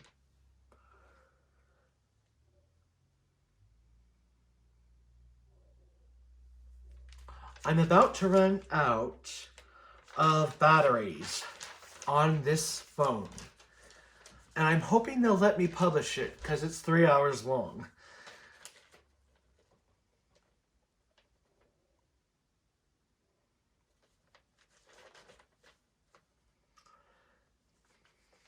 Cockalorum. Cockalorum has no clue what T.S. Eliot thinks, what of the 4 categories of cats Cockalorum is, he does not know. Cockalorum can find his way home when he is lost in the street. And the Heaviside layer is more than a place you can wear, like a fashion statement, he thinks. This cat knows how to cure all ills, and he can tell you what the Maasai African tribe and the German adult film industry knows. Cockalorum can spot a jellicle cat from a mile away, but prefers the company of pollicle dogs. Ask him about Merlin and Nostradamus, and he'll tell you about David Lade, the bodybuilder fitness model, instead. Cockalorum comes out in a waning gibbous moon. He's been in the herb gardens of Boise, but he's been spending too much time in the catnip, hopelessly in an altered state when he's alone, and so he must take his repose. David Lade is the cat who can bring out Cockalorum's purring, 20 to 40 hertz frequency.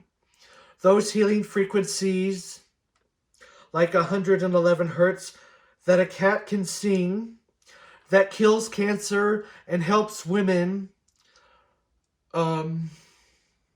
during their menopause period, and it will heal their cramps or dysphonia, speaking problem. Cockalorum prefers the other jellicles do what they did for the Egyptians, and this is be the protector of the spiritual realm, and quite literally protect your spirit. Cockalorum knows cats can create bone strength, heal dysphonia symptoms, help a person's blood pressure. They say cats can sense when someone needs healing energy, but Cockalorum will tell you to try something on YouTube. YouTube because he is too busy streaming on YouTube. Cockalorum's dad is Mizra Murad Ali Beg, Mizra Murad Alibeg.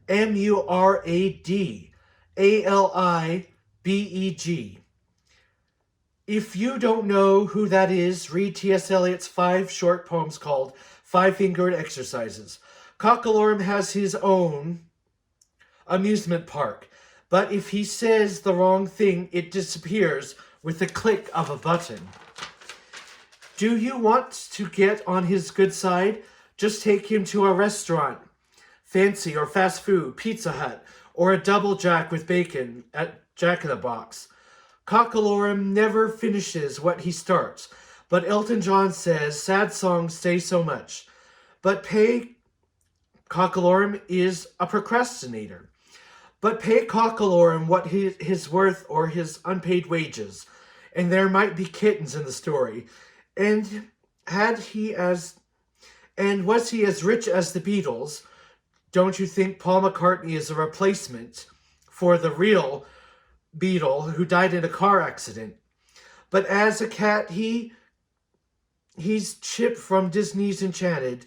The Beatle, Paul McCartney as a cat, is Chip from Disney's Enchanted, who was a jellicle cat in the second movie, if only for a day.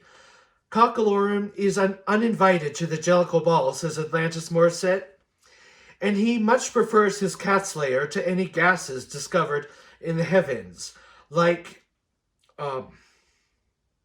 Liberace's mall-like Heaviside Layer apartment home, now known as the Heaviside Layer, named after the 1920s scientist named something Heaviside. As a Christian cat, he's never coming back.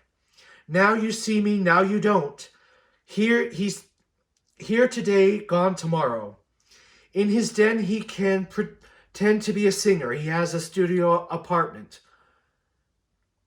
It's actually a Hollywood studio in Mr. Rogers' neighborhood. Mr. Rogers created a cat named Daniel.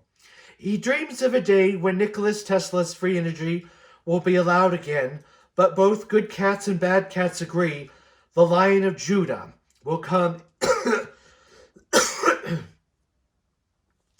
The Lion of Judah, who is not the God of War, the video game for PlayStation 5 God, Ragnarok, who now has a cat song, will come any moment now, and then no one will need the Heaviside Layer.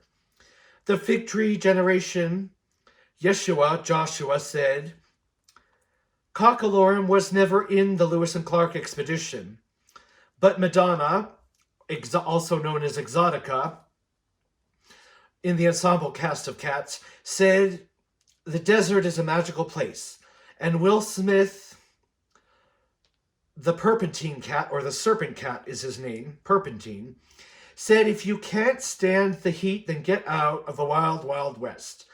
But Cockalorum was in the west to tame it. So was he wild and virile. So was he wild and virile, or was he a domesticated house cat?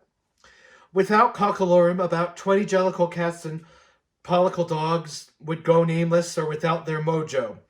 But Paris Hilton says, whose name is Francesca, and her husband's name is Francis, says we can change the names.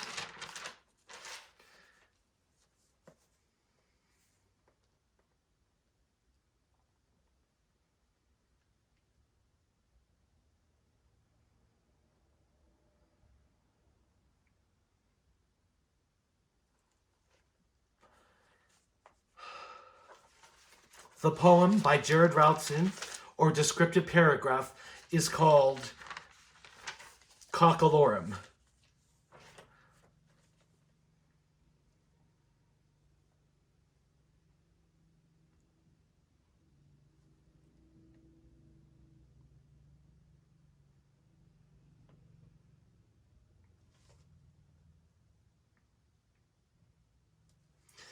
I'm just going to read the first part of the poem one more time. I just want to make sure that the lines... Cockalorum can find his way home when he is lost in the street. He doesn't know what abandonment is. And the Heaviside Layer is more than a place you can wear, like a fashion statement, he thinks. This cat knows how to cure all ills, and he can tell you what the Maasai African tribe and the German adult film industry knows. Cockalorum can spot a jellicoe cat from a mile away, but prefers the company of pollicle dogs. Ask him about Merlin and Nostradamus, and he'll tell you about David Lade, the bodybuilder fitness model, instead. Cockalorum comes out in a waning gibbous moon. It's like... And with that, I just like to say, it's like, what right do I have to be a cat? My moon is a waning gibbous cat in Leo. It's not void, of course. And my rising sign is Leo. It's like, any cat is a jellicoe cat. Voltron is a robot. It's like, but it's operated by like 5 jellicoe cats. It's a cartoon, and it's been revised. And that's the latest cat on my YouTube channel, so check it out. Thank you for listening to this video. If I can put that poem in a... If I can revise the poem, it's like, and put it to the piano song. It's like, which I can't write music. I can't perform music other than a little bit of violin. Mueller's Rush violin is all I can play. It's like, but maybe I can make a good music therapist. Music therapy is a real occupation. They make like $85,000 a month in certain states of the United States, including Nevada is the top 10 for a music therapist. But if I can put this poem to a video of a cat, I will try. God bless, and God bless the United States of America.